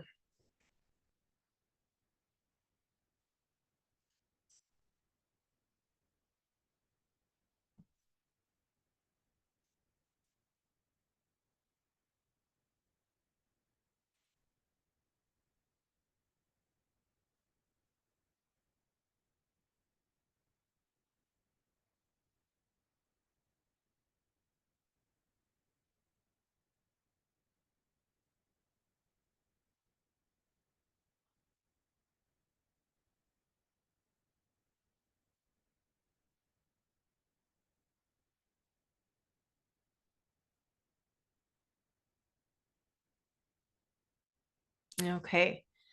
All right. So again, why don't we start then with the task fulfillment? This is the bottom section of the rater's checklist. I find it helpful just to see if Bradley has addressed all of those main tasks from the test instructions first, and then we'll go from there. So again, the very first thing we have to do is email a famous author. So when you look to Bradley's greeting at the top, I think technically you could argue he has emailed who we presume would be the author, but what's wrong with his greeting? Well, if one of you out there kindly either fix it for us, you can suggest a better greeting, or just let us know what the problem is here. Dear Sir, Madam, this is not great for at least 3 or 4 reasons that I can think of, but let me hear what you have to say. Any thoughts on how we might make that better? I mean, we've already done this, I guess, at the beginning of today's session. We haven't technically talked about the Sir, Madam thing. So I'm wondering what your thoughts are on that. What's wrong with using this as a greeting?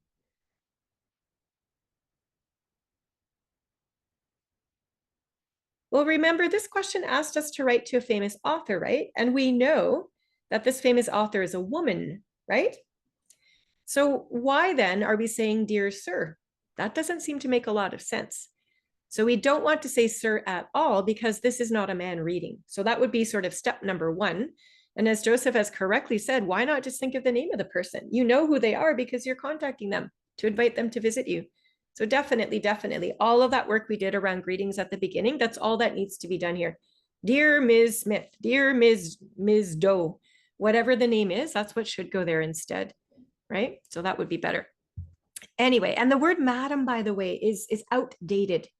Back once upon a time, you might have seen this as a greeting, dear sir or madam, but it's not used anymore, at least not in Canada. So again, if you're living right now in Canada and you're writing emails daily or regularly, please don't use this ever, not in the real world, not on the CELPIP test.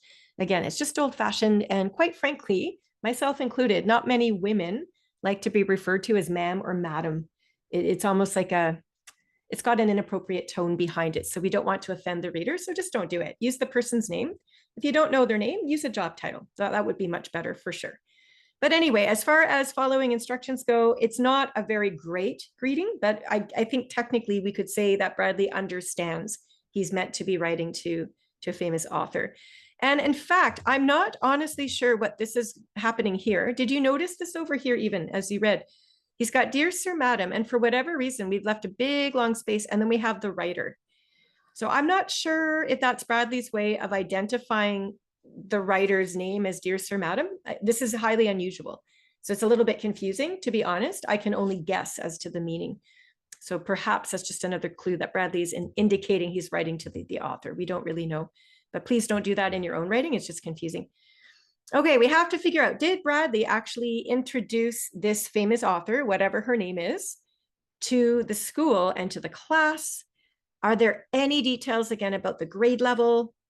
Are there any details about the number of students, the name of the location, the school? And if you look at that first paragraph, unfortunately, again, I'm going to say no. There aren't any precise details at all. The only detail Bradley has given is the fact that he teaches high school. And that's not even correct, is it?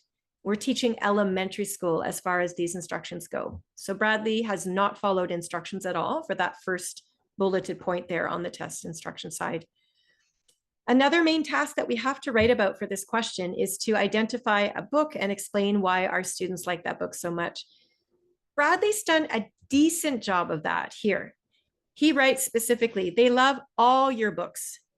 Now, that's not ideal.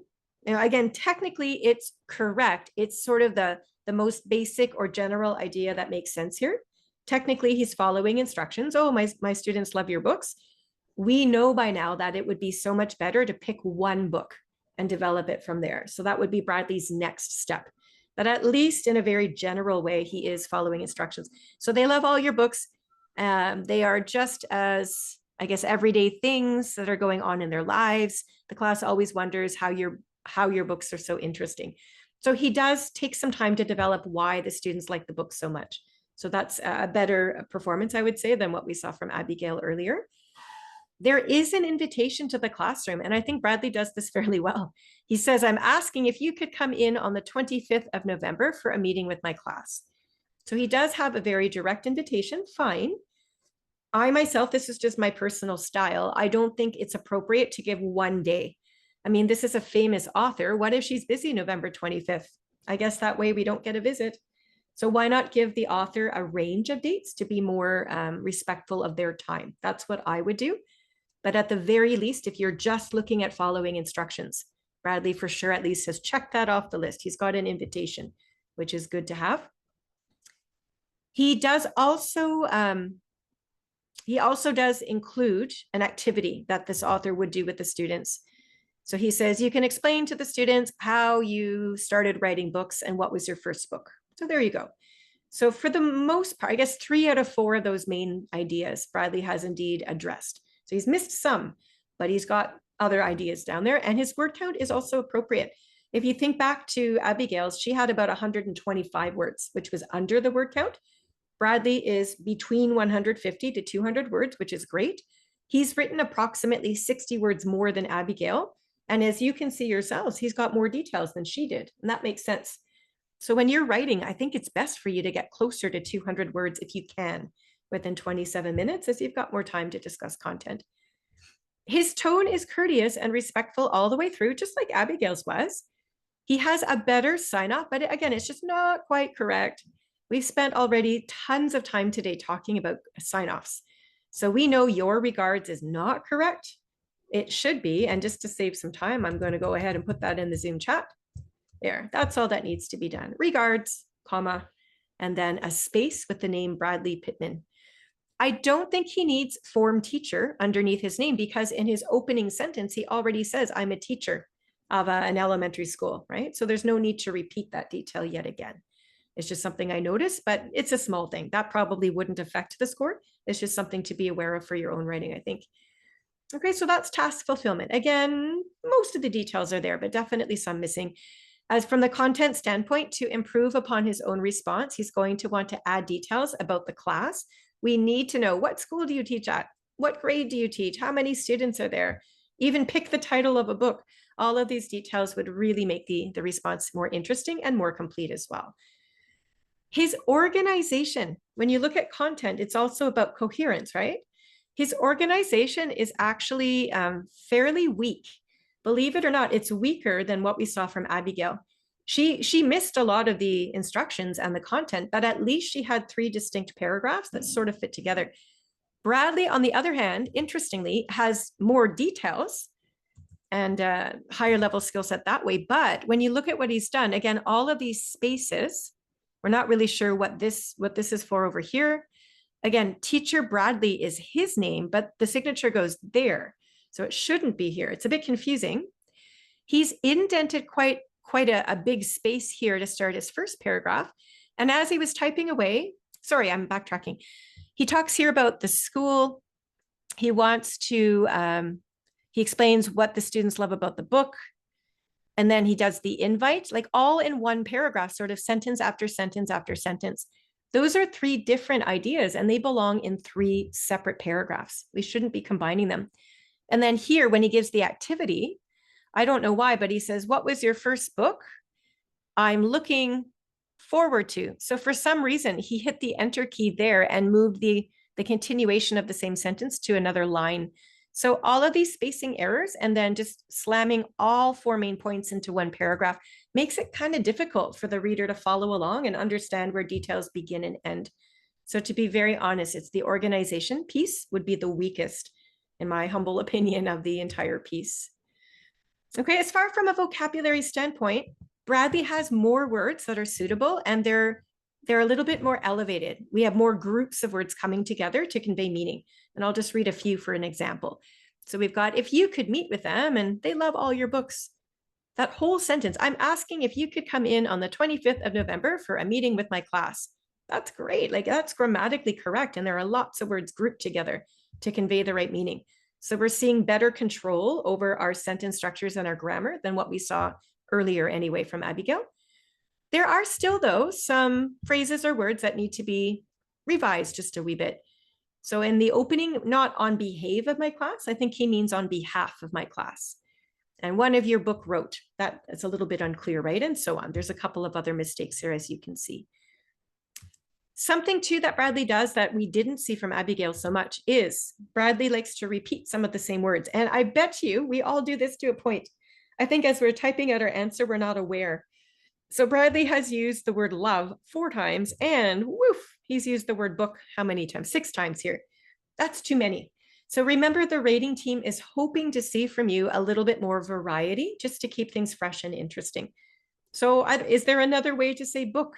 Maybe say story, maybe say adventure. You know, there's ways you can play with the language to make it more interesting. And I find that when we save ourselves about 2 or 3 minutes at the end and go back and read the whole thing from beginning to end, that's when we tend to notice these types of mistakes because we're reading it all in one go and we can see, oops, I repeated this word. I'm going to change it now. So that would work. Anyway, if we move on to readability, again, the format, we've already said it's not correct. We have to start all the sentences over at the left margin. We don't want to just erroneously put a space somewhere where it doesn't belong. We need to leave blank spaces between paragraphs. So the format and structure here, the readability is really challenging for all of us to sift through for sure. There are some spelling and grammar mistakes, not quite as many as what we saw from Abigail. What I noticed though, as we go through this, and again, I won't read them all out to you, it's sort of a variety of mistakes, whether there's capital letters or subject-verb agreement or word choice and so on. The types of mistakes Bradley's making don't affect the meaning quite as much as what we saw from Abigail. So again, whether it's a level 4 or 5, there are going to be lots of little grammar mistakes because we're beginning to learn, and that's normal at this level. But typically what happens as we become more accustomed to writing and develop our skills, even the types of mistakes we're making are not quite as serious. We'll notice it as a mistake, but we can still understand the basic idea, which is more or less what's happened here with Bradley. We can always understand what he's saying, whereas with Abigail, we had a few instances where we weren't really quite clear. So that's going to help you grade this assignment. So I've got a fresh Zoom poll online here. Your choices are level 4 or 5. What do you think? You've already seen Abigail's level 4. So how does Bradley compare? Do you think he got about the same level as her, or do you think maybe his is a little bit higher? And the one thing I will say as you're making your selection is you always have to look at all 4 categories. It's not just about the incorrect formatting. It's a huge mistake, yes, but that is one part of the rater's checklist. You still have to see the content. You still have to see the vocab. You still have to notice the sentence structure and grammar, right? And the ideas, et cetera, et cetera. So I'm going to share with you your results. Okay, so it looks like 3/4 of you are saying this is a level 4. And I'm here to say that you're wrong. This is a level 5. Yeah. So when you get your study pack, what I want you to do is look at Abigail's level 4 response, read it through, then immediately look at Bradley's level 5 response. And I think, and I really hope you will notice the difference in ability. So with Bradley, again, what I'm wondering might have happened is some of us got caught up on the lack of formatting. Again, the paragraphs were all over the place and spacing was really wonky, which is a slang expression meaning confusing, right? And yeah, that was a big problem. We didn't see that so much in Abigail's work, but that was only one weakness. Most, if not all, of the other categories of skills, whether it was content, whether it was task fulfillment, frankly, whether it was vocab, all of those skills were demonstrated more strongly by Bradley as compared to Abigail's response. So again, go back yourselves and hopefully you'll notice the difference in ability there. We still have 2 other little responses to look at if you're still struggling with understanding the difference. So we'll finish off today and hopefully it'll all come together for us. So here's our task 2 question. Remember, this was the one about the vacation time. So on the test, if you look at options A and B, one option students were given were to just keep your vacation as it is and not go to the hotel, or the opposite. You could, sure, give up 2 days of vacation and do the hotel training. It has to be an either or situation. So let's have a look at our first. We're looking at 2 responses today. Here's response 1. Okay, notice it's not an email and it doesn't have to be. You can just write your ideas down. You don't even have to sign it. So the format would be okay in a way here. But can you take about 30 seconds to skim this over? I would be so impressed if one of you was brave enough to put in the Zoom chat something you noticed. Maybe it's a strength, maybe it's a weakness. But see if you can put your own ideas in the Zoom chat before I give you some thoughts.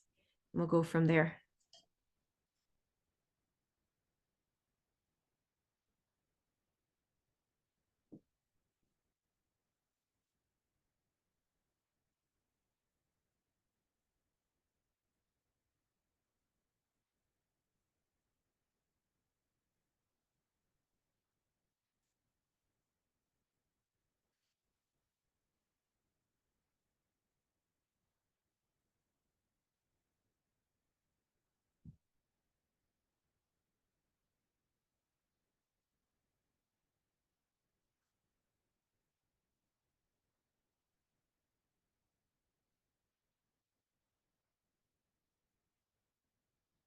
Okay.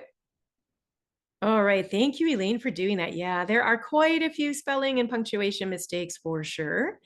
What's the most obvious mistake? Just looking at the screen. Like, don't even look at the words for a moment and just look at the screen. Something should look wrong. Something should look a little off. Do you see what I'm noticing here? I'm hoping you're noticing these things on your own.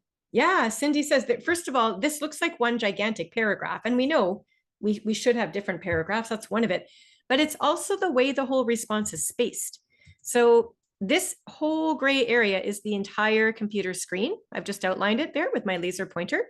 So when you start typing, you're just going to keep on typing. And when you get to the end of the computer screen, the computer automatically moves you back here and you keep typing away again. And when you come to the end of your first paragraph, let's pretend it was here, that's when you hit the enter key and you leave a blank space and begin again. Here, it looks to me like whoever wrote this, every time they got to about this place on the computer screen, it's almost like 2/3 of the way over, they would have had to actively hit the return key to begin the line here. So they sort of cut the last third of the screen off, which is unusual. And I'm asking you not to do that. Not on the computer for CELPIP, but not in the real world either. Yeah, as Joseph said, it's sort of like clumsy formatting. And if you were to send this as an email to somebody, they would look at it and be a little bit taken aback. It's a little bit unusual. So we do certainly want to learn how to structure things properly, for sure. Yeah. Now, Cindy, hang on a second. It's not necessary to have a greeting. And I'm really glad you brought that up. If this was an email, for sure, we'd have to have a greeting. But this is not necessarily an email question.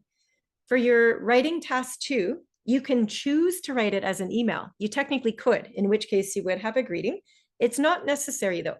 So if you're choosing to write it I don't know how else to phrase it, kind of like a memo, like you're giving your ideas, then yeah, just get right to your opening. Yeah, excellent point. I'm glad that you noticed that for sure. Good. Yeah. Okay, good. Looks like you've got sort of all those major things I noticed right off the top as well. Let's look at the option chosen here, and we'll really get into the nitty gritty and see how the content is evolving. So what this person did really, really well, frankly, is they did identify their option right off the top. We have to do this. So they're choosing to go with the hotel training and give up vacation day. So it's crystal clear. We know which of those two options this person is selecting. Now, technically, I'm going to underline in blueprint here the reasons why this person is interested in going to the hotel for training. Here's the first idea. They're interested in learning, like the boss wants to train them clearly. So this person is interested in learning these ideas and I guess having that new knowledge to do better at their job. So that makes sense. That would be a reason to go do this training. So it's like professional development and we can do our job better when we get home. So I agree with that. It's, again, the wording's a little bit simple, but again, this is beginner level. That's fine. But have a look at the next reason. Our manager or boss wants to share good techniques for our job to make it easy for us. Look back up to the first reason. We want to share new ideas to help our job be more easy. Can you see that those ideas are exactly the same? The wording might be a little different, sure, but the idea itself is exactly the same. We're still talking about learning new skills to make our job easier. And check out this third idea.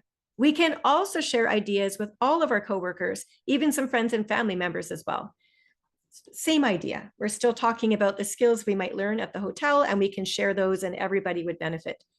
So technically, when you recognize that all three reasons here are all about the exact same idea, technically, this person really only has one reason why they want to go to the hotel. And that is very weak task fulfillment. I would say if you can only think of one reason, you're not fully demonstrating understanding of the task. So from a task fulfillment standpoint, that would be considered a negative trait. It would have a negative effect on the score for sure. Launching into, it's still task fulfillment, sure, but it is also talking about content. This whole bottom section of the response, did you notice when you read this? It has nothing to do with the question at hand. We're supposed to be writing about going to the hotel for training and giving up vacation days. And all the person talks about in this final third of the message is they want to, they're discussing this party that they want to have on the weekend where they want to invite the boss and everybody will be happy and laughing. So none of that talks about the topic at hand. It's what we call irrelevant or off topic. So you would have to remove all of that from this response and rewrite it using reasons to say why the hotel training would be best. So again, task fulfillment is not very strong here at all. The word count, though, is on point. We have to write between 150 to 200 words. Technically, this writer has done that. So this is a strength under the task fulfillment section at the very least. And the tone is really friendly. Everything in here is respectful and so on. So there are a few strengths to mention under task fulfillment. But of course, the major weakness is we really only gave one reason of support and included some details that are irrelevant. Major problem. So again, that sort of connects on to the content piece, right? Only one reason's provided. We want to give more details. Even thinking about if we could identify the type of training we're doing, if we could name the hotel and the country where we're going, these are details that would definitely make this piece a lot more interesting and help us to develop a little bit. Off the top of my head, I'm thinking if we're going to the hotel for training, I would probably talk about team building. I would say, sure, I think this idea is a good one, like learning skills to help us with their job. I think that's one great reason. Perhaps a second different reason could be about team building. We'll get to establish relationships with our colleagues at the hotel. And when we know each other better in the workplace, we tend to work better as a team. You know, a third reason even you could say is this would be a great opportunity, even though we're training during the day, there will still be some downtime in the evening. And if we're all at this beautiful hotel resort to train, you know, gives us an option to see a different part of the world that we might otherwise not visit. So that could be a logical reason to support this notion. So somehow we have to give more reasoning here. I think the vocab, let's see, if I'm looking at the vocab here, I do see some words that are quite repetitive. So the word share has come up many times, and also the word boss has come up quite a few times. even the word easily a handful of times. So again, when you're proofreading your work, these are things I want you to check on. If you notice you've repeated some words, then try to find a different way to express those ideas before the time is up. And that way you have a little bit more variety, and that's going to help as well. All right, let's look at readability. Again, all of you understood there are no paragraphs here, so that makes it hard for us to figure out where ideas begin and end. As a strength, at least all of these sentences begin against the left-hand margin. So I guess that's a good thing. It's the right-hand margin I've already pointed out with that big space, which is unusual. So that's hard. There aren't any transitions at all that connect ideas together. Maybe there's the odd and, but apart from that, we don't really fully see how these ideas connect together. And what else can we point out? I noticed there aren't capital letters or even spaces after all of these punctuation marks. So I'm pointing to them right now. Look at that first arrow up top. We've got the word y, comma, smaller case I. So every single time there's a period or a comma, we've left no space. After a period, we know we have to start the new sentence with a capital. And when we don't do that, such as we see here, again, it makes it hard for the reader to fully understand where the ideas are to begin. So all of these combined mistakes make it challenging. Not to mention, again, a variety of grammatical errors and quite a few. Some of them do start to interfere with our ability to fully understand.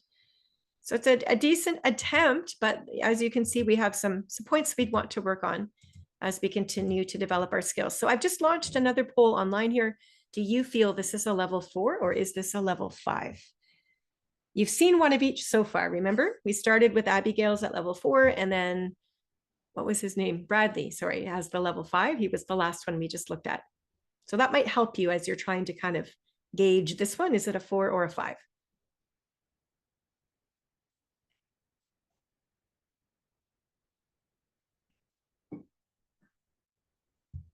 Okay, so we have sort of a clear winner in this vote. Let's have a look and see. Close to 70% of you are suggesting that this would be a level 4. And you are absolutely correct. Yeah, this is definitely a level 4. I would say that there's just not enough completion to fully, we don't have a lot of evidence or proof that this test taker understood the task, considering they've only got one reason to support their position and they've included a variety of details at the end that have no bearing on the test instructions. So it's difficult to even get into that level 5 and higher when we haven't fully understood the test instructions. So bear that in mind as you're preparing from home. Okay, last one for the day. This is our second response to that same question, all about the hotel training, etc. So can you take about 30 seconds, just skim it over. Again, if you want to comment on any strengths or weaknesses first, that's great. And we'll finish off with a group discussion and wind down for the day.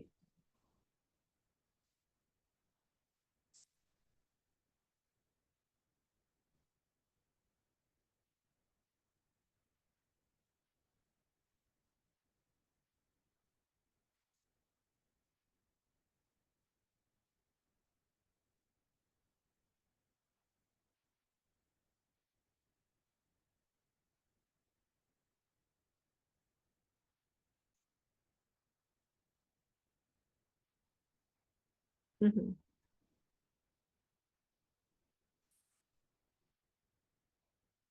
All right. I've just got to the end. I'll give you a few more moments there to finish skim reading. I see already that Simon's noticed again, we don't have any proper paragraphs. Yeah, I noticed that too. Sometimes at the level 5, we start to see people paragraphing, but more times than not, you might see this. Again, it's sort of a beginner level and paragraphings come after the sentence structure. So sometimes we're just not quite there yet. Okay, Jalik is looking at some of the reasons given here. I think there's more than one though, Jalik, only because I notice transitions. I'm seeing words like first of all, second, finally. So when we see words like that, it usually indicates another reason is indeed coming. So when we go through this, let's have a look and test that theory. But yeah, neat observation. But I do think there's more than one reason. Well, first and foremost, can we at least double check to see we've understood the position? And it should be in the opening, and indeed it is. This is great. So this person writes that they want to choose the vacation with their family. They are not at all interested in going to the hotel. So this person has the opposite opinion compared to what we just saw in the previous response we've analyzed. So we understand that. Again, I'm going to go through the reasons with this now. So I think, if I think back, I believe this is the only response that uses any kind of transition to let us know when the ideas are coming. So this is a good thing to do in writing and speaking for that matter. So first of all, we see this person mentions that they have children, they have kids, and then they follow that up by saying it's the only chance to spend time with each other is to go on vacation. So that makes sense. I can see why you wouldn't want to give up your vacation time then if you've got family plans. The second reason, secondly, so we know the next idea is coming. We're still talking about family, but technically we've mentioned about how this person has a wife and it's a romantic time to be away. So yeah, you can argue, well, they're talking about family in both cases, but I think there's enough difference. The first is about children and having that family time. The second is about your spouse and having that romantic time. I think those are different enough. And then we get our final conclusion here. Finally, they still have family, but they're talking about parents and then they want to go visit them. Is that kind of what you meant, Jaleel, when you said only one? Okay. I think maybe I misunderstood your reason too. I now understand what you were saying earlier, Jaleel, by saying, oh, there's only really one reason. Technically, I guess you are right. Technically, all three of these ideas, they relate back to family time. So in general, you're right, there's kind of one main topic. But I would argue, and you can see now by using these transitions, that our writer has successfully broken the family time down into showcasing different details and different parts. So I would still give this writer credit for having multiple reasons. Yeah, fair enough. Okay. The word count is passable. We have to get to at least 150 words. So we just sneaked over that little barrier. I would suggest to this writer, if they had time to even throw in another 30 words, if they could get closer to 200 or something, I think that would be better. They would have more time to add a few extra details here and there. But at least it does pass the grade per se for task fulfillment. We can say that that part's been done well enough. The tone throughout this letter is also correct. Like, it's very friendly. And that's hard to do because we're writing to our boss and we are basically disagreeing with our boss. We're saying, no, I don't want to go to the training. But I will point out in the very opening that our writer gets away with it because they know how to use a very respectful, persuasive technique. So you notice in this sentence, we've started with, although some of my coworkers like to go go to the training at the hotel, I prefer vacation time. So because this opinion goes against what the boss wants, we're going to acknowledge the boss's idea first, and then we're going to suggest our own opinion, which contrasts. Using this technique does two things that really well. First of all, it creates a complex sentence structure. Yes, there are some wording choices, but the whole sentence itself is more complex, which is a definite strength. And it also softens the tone. It shows respect for the other person's opinion first, and then comes up with your own. So under task fulfillment, your tone is part of that score. I would say most of this, the tone is fine, but there's one very unusual phrase here where he's talking about how he or she, I guess, wants to go visit their parents. Their parents are expecting them to visit every vacation. So therefore they don't want to give up vacation time. It's a bit unusual to say my parents are so mean to me. Not really clear what that means. It just doesn't really fit with the rest of the writing, if you can see. So I think all we would do is just take that phrase out, and then we would have great tone all the way through. One little tiny mistake there maybe. But again, under content, we've got those three reasons. Details are supporting them all. Some of the details are a little awkward, like here, like others can't please them. The special and most romantic were always due. The wording there is just too unnatural. We're not really clear what they're saying. But again, it's two mistakes, and we always have to look at the big picture, right? We've got lots of other ideas there that are done quite well.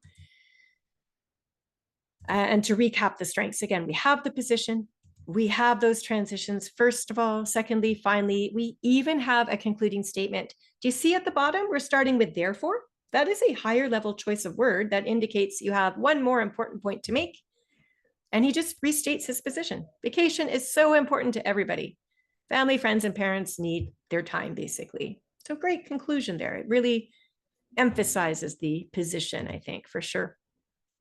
Vocabulary, meaning, and accuracy is done quite well. You know, we have some phrases that we can group together correctly. Again, we've already looked at a handful of unnatural phrases, but that's okay. We might have mistakes, and certainly at level 5, we will see mistakes, but we have more evidence of correct usage than we have errors, which is also good. And one word rather, has been used repeatedly. Can you figure out which word he's repeated over and over before I circle it for you? This will take a closer look at the writing on your screen. But as you were reading it through, did you notice? Sometimes it's hard to notice these things. They're so small in detail, but now that you know what to look for, maybe you'll start noticing them in your own writing. Can you see the word? Yeah, Cindy, you have it. Yeah. Vacation. And again, I understand that this whole question is all about, you know, I want to keep my vacation. I don't want to go to the hotel. I understand that. But I also think that there are more than one word that we could use to say vacation, right? We could say holiday. We could say time away from work. We could say downtime. There's many ways we could play with the word. So again, as you've written out your answer on your CELPIP test, once again, if you've got about 2 or 3 minutes left on screen, it would be amazing if you would take the time to read back, double check everything is as good as you can get it. And this is one detail you can look for. Notice if you've got repetitions and fix it before time is up. Anyway, from that readability standpoint, once again, I've already pointed this out a few times that we do have transitions to help organize the work. Capital letters are all in the right places. So we always know when ideas begin, and that's super, super helpful. As you noticed earlier, there are no paragraphs. So that would be the next step. And this writer, I think they're ready. They've already got their sentence structures and their transitions. It should be relatively easy as the next step to just learn how to break the ideas into paragraphs. So that would be where this writer would want to go next.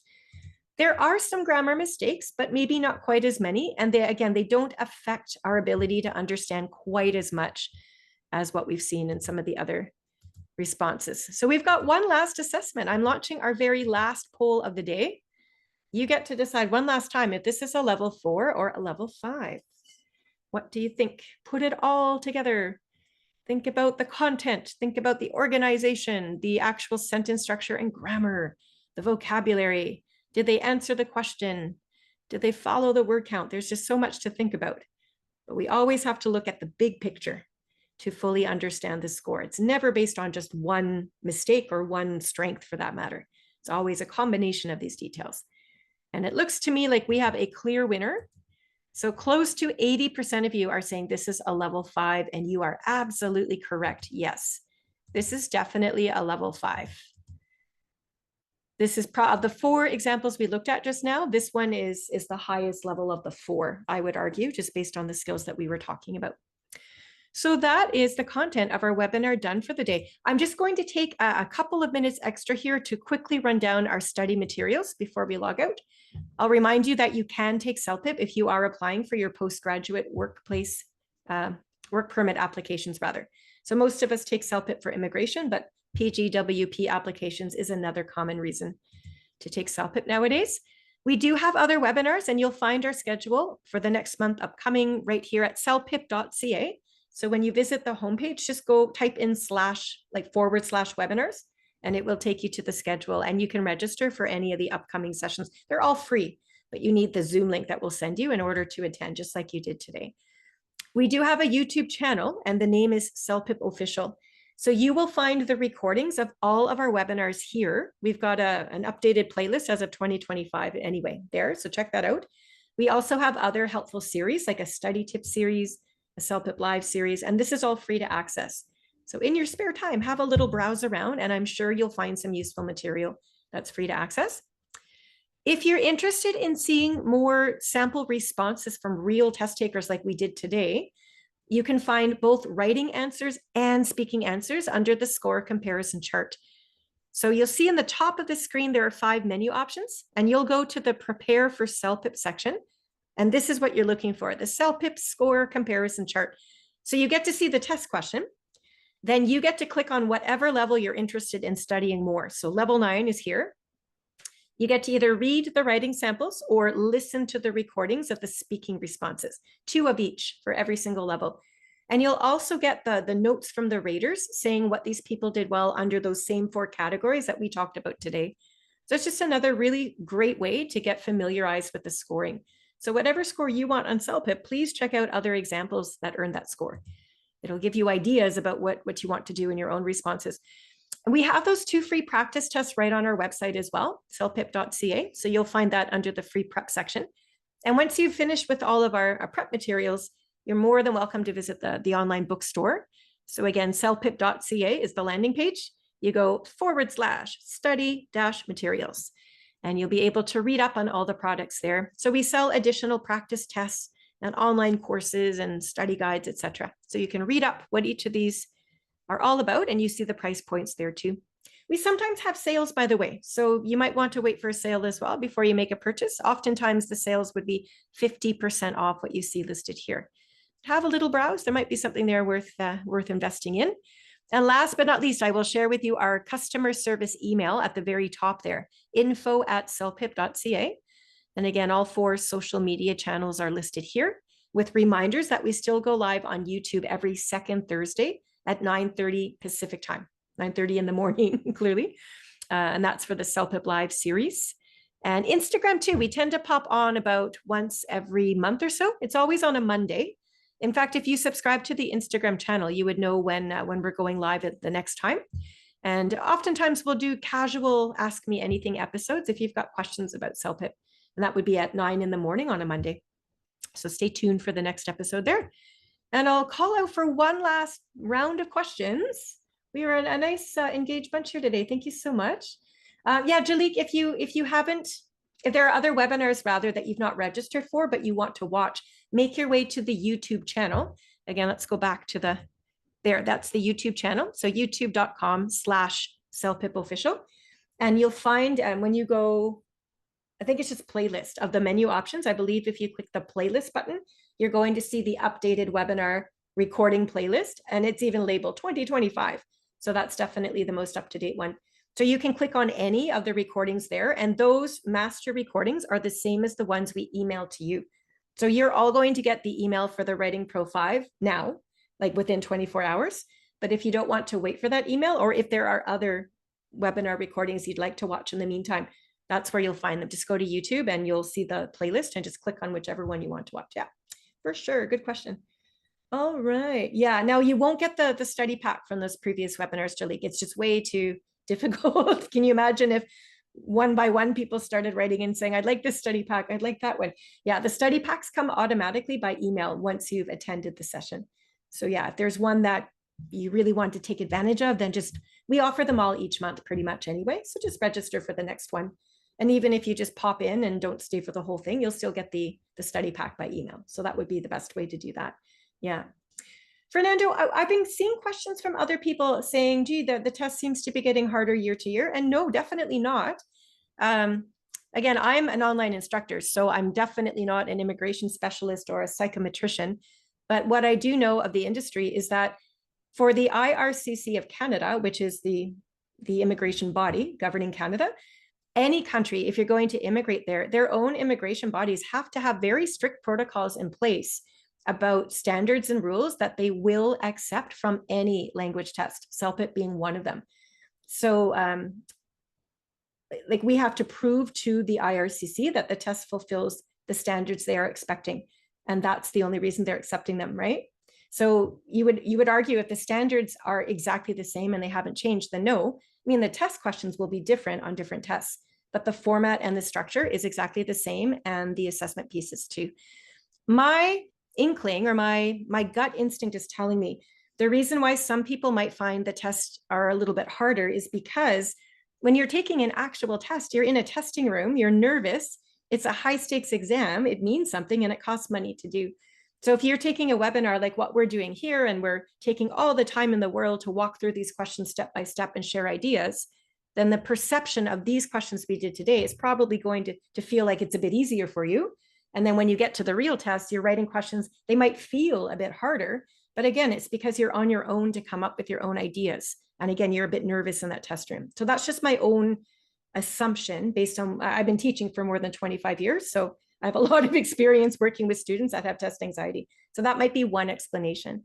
But yeah, no, the test is definitely not getting harder. It's designed to fulfill the same requirements to fit the IRCC's demand for Standardized procedures. Yeah. Good question, though. Fair. We get it often, to be honest. But I hope I've just reassured you. To be confident, do your practice at home and come into the test using the same skills that you've been working on and demonstrating. And you should perform well. That's our goal anyway. Anyway, thank you so much for joining us all today, folks. We will hopefully see you at the next session. I hope you've got a great day planned and a great week ahead. And we'll see you next time. Take care. Bye-bye.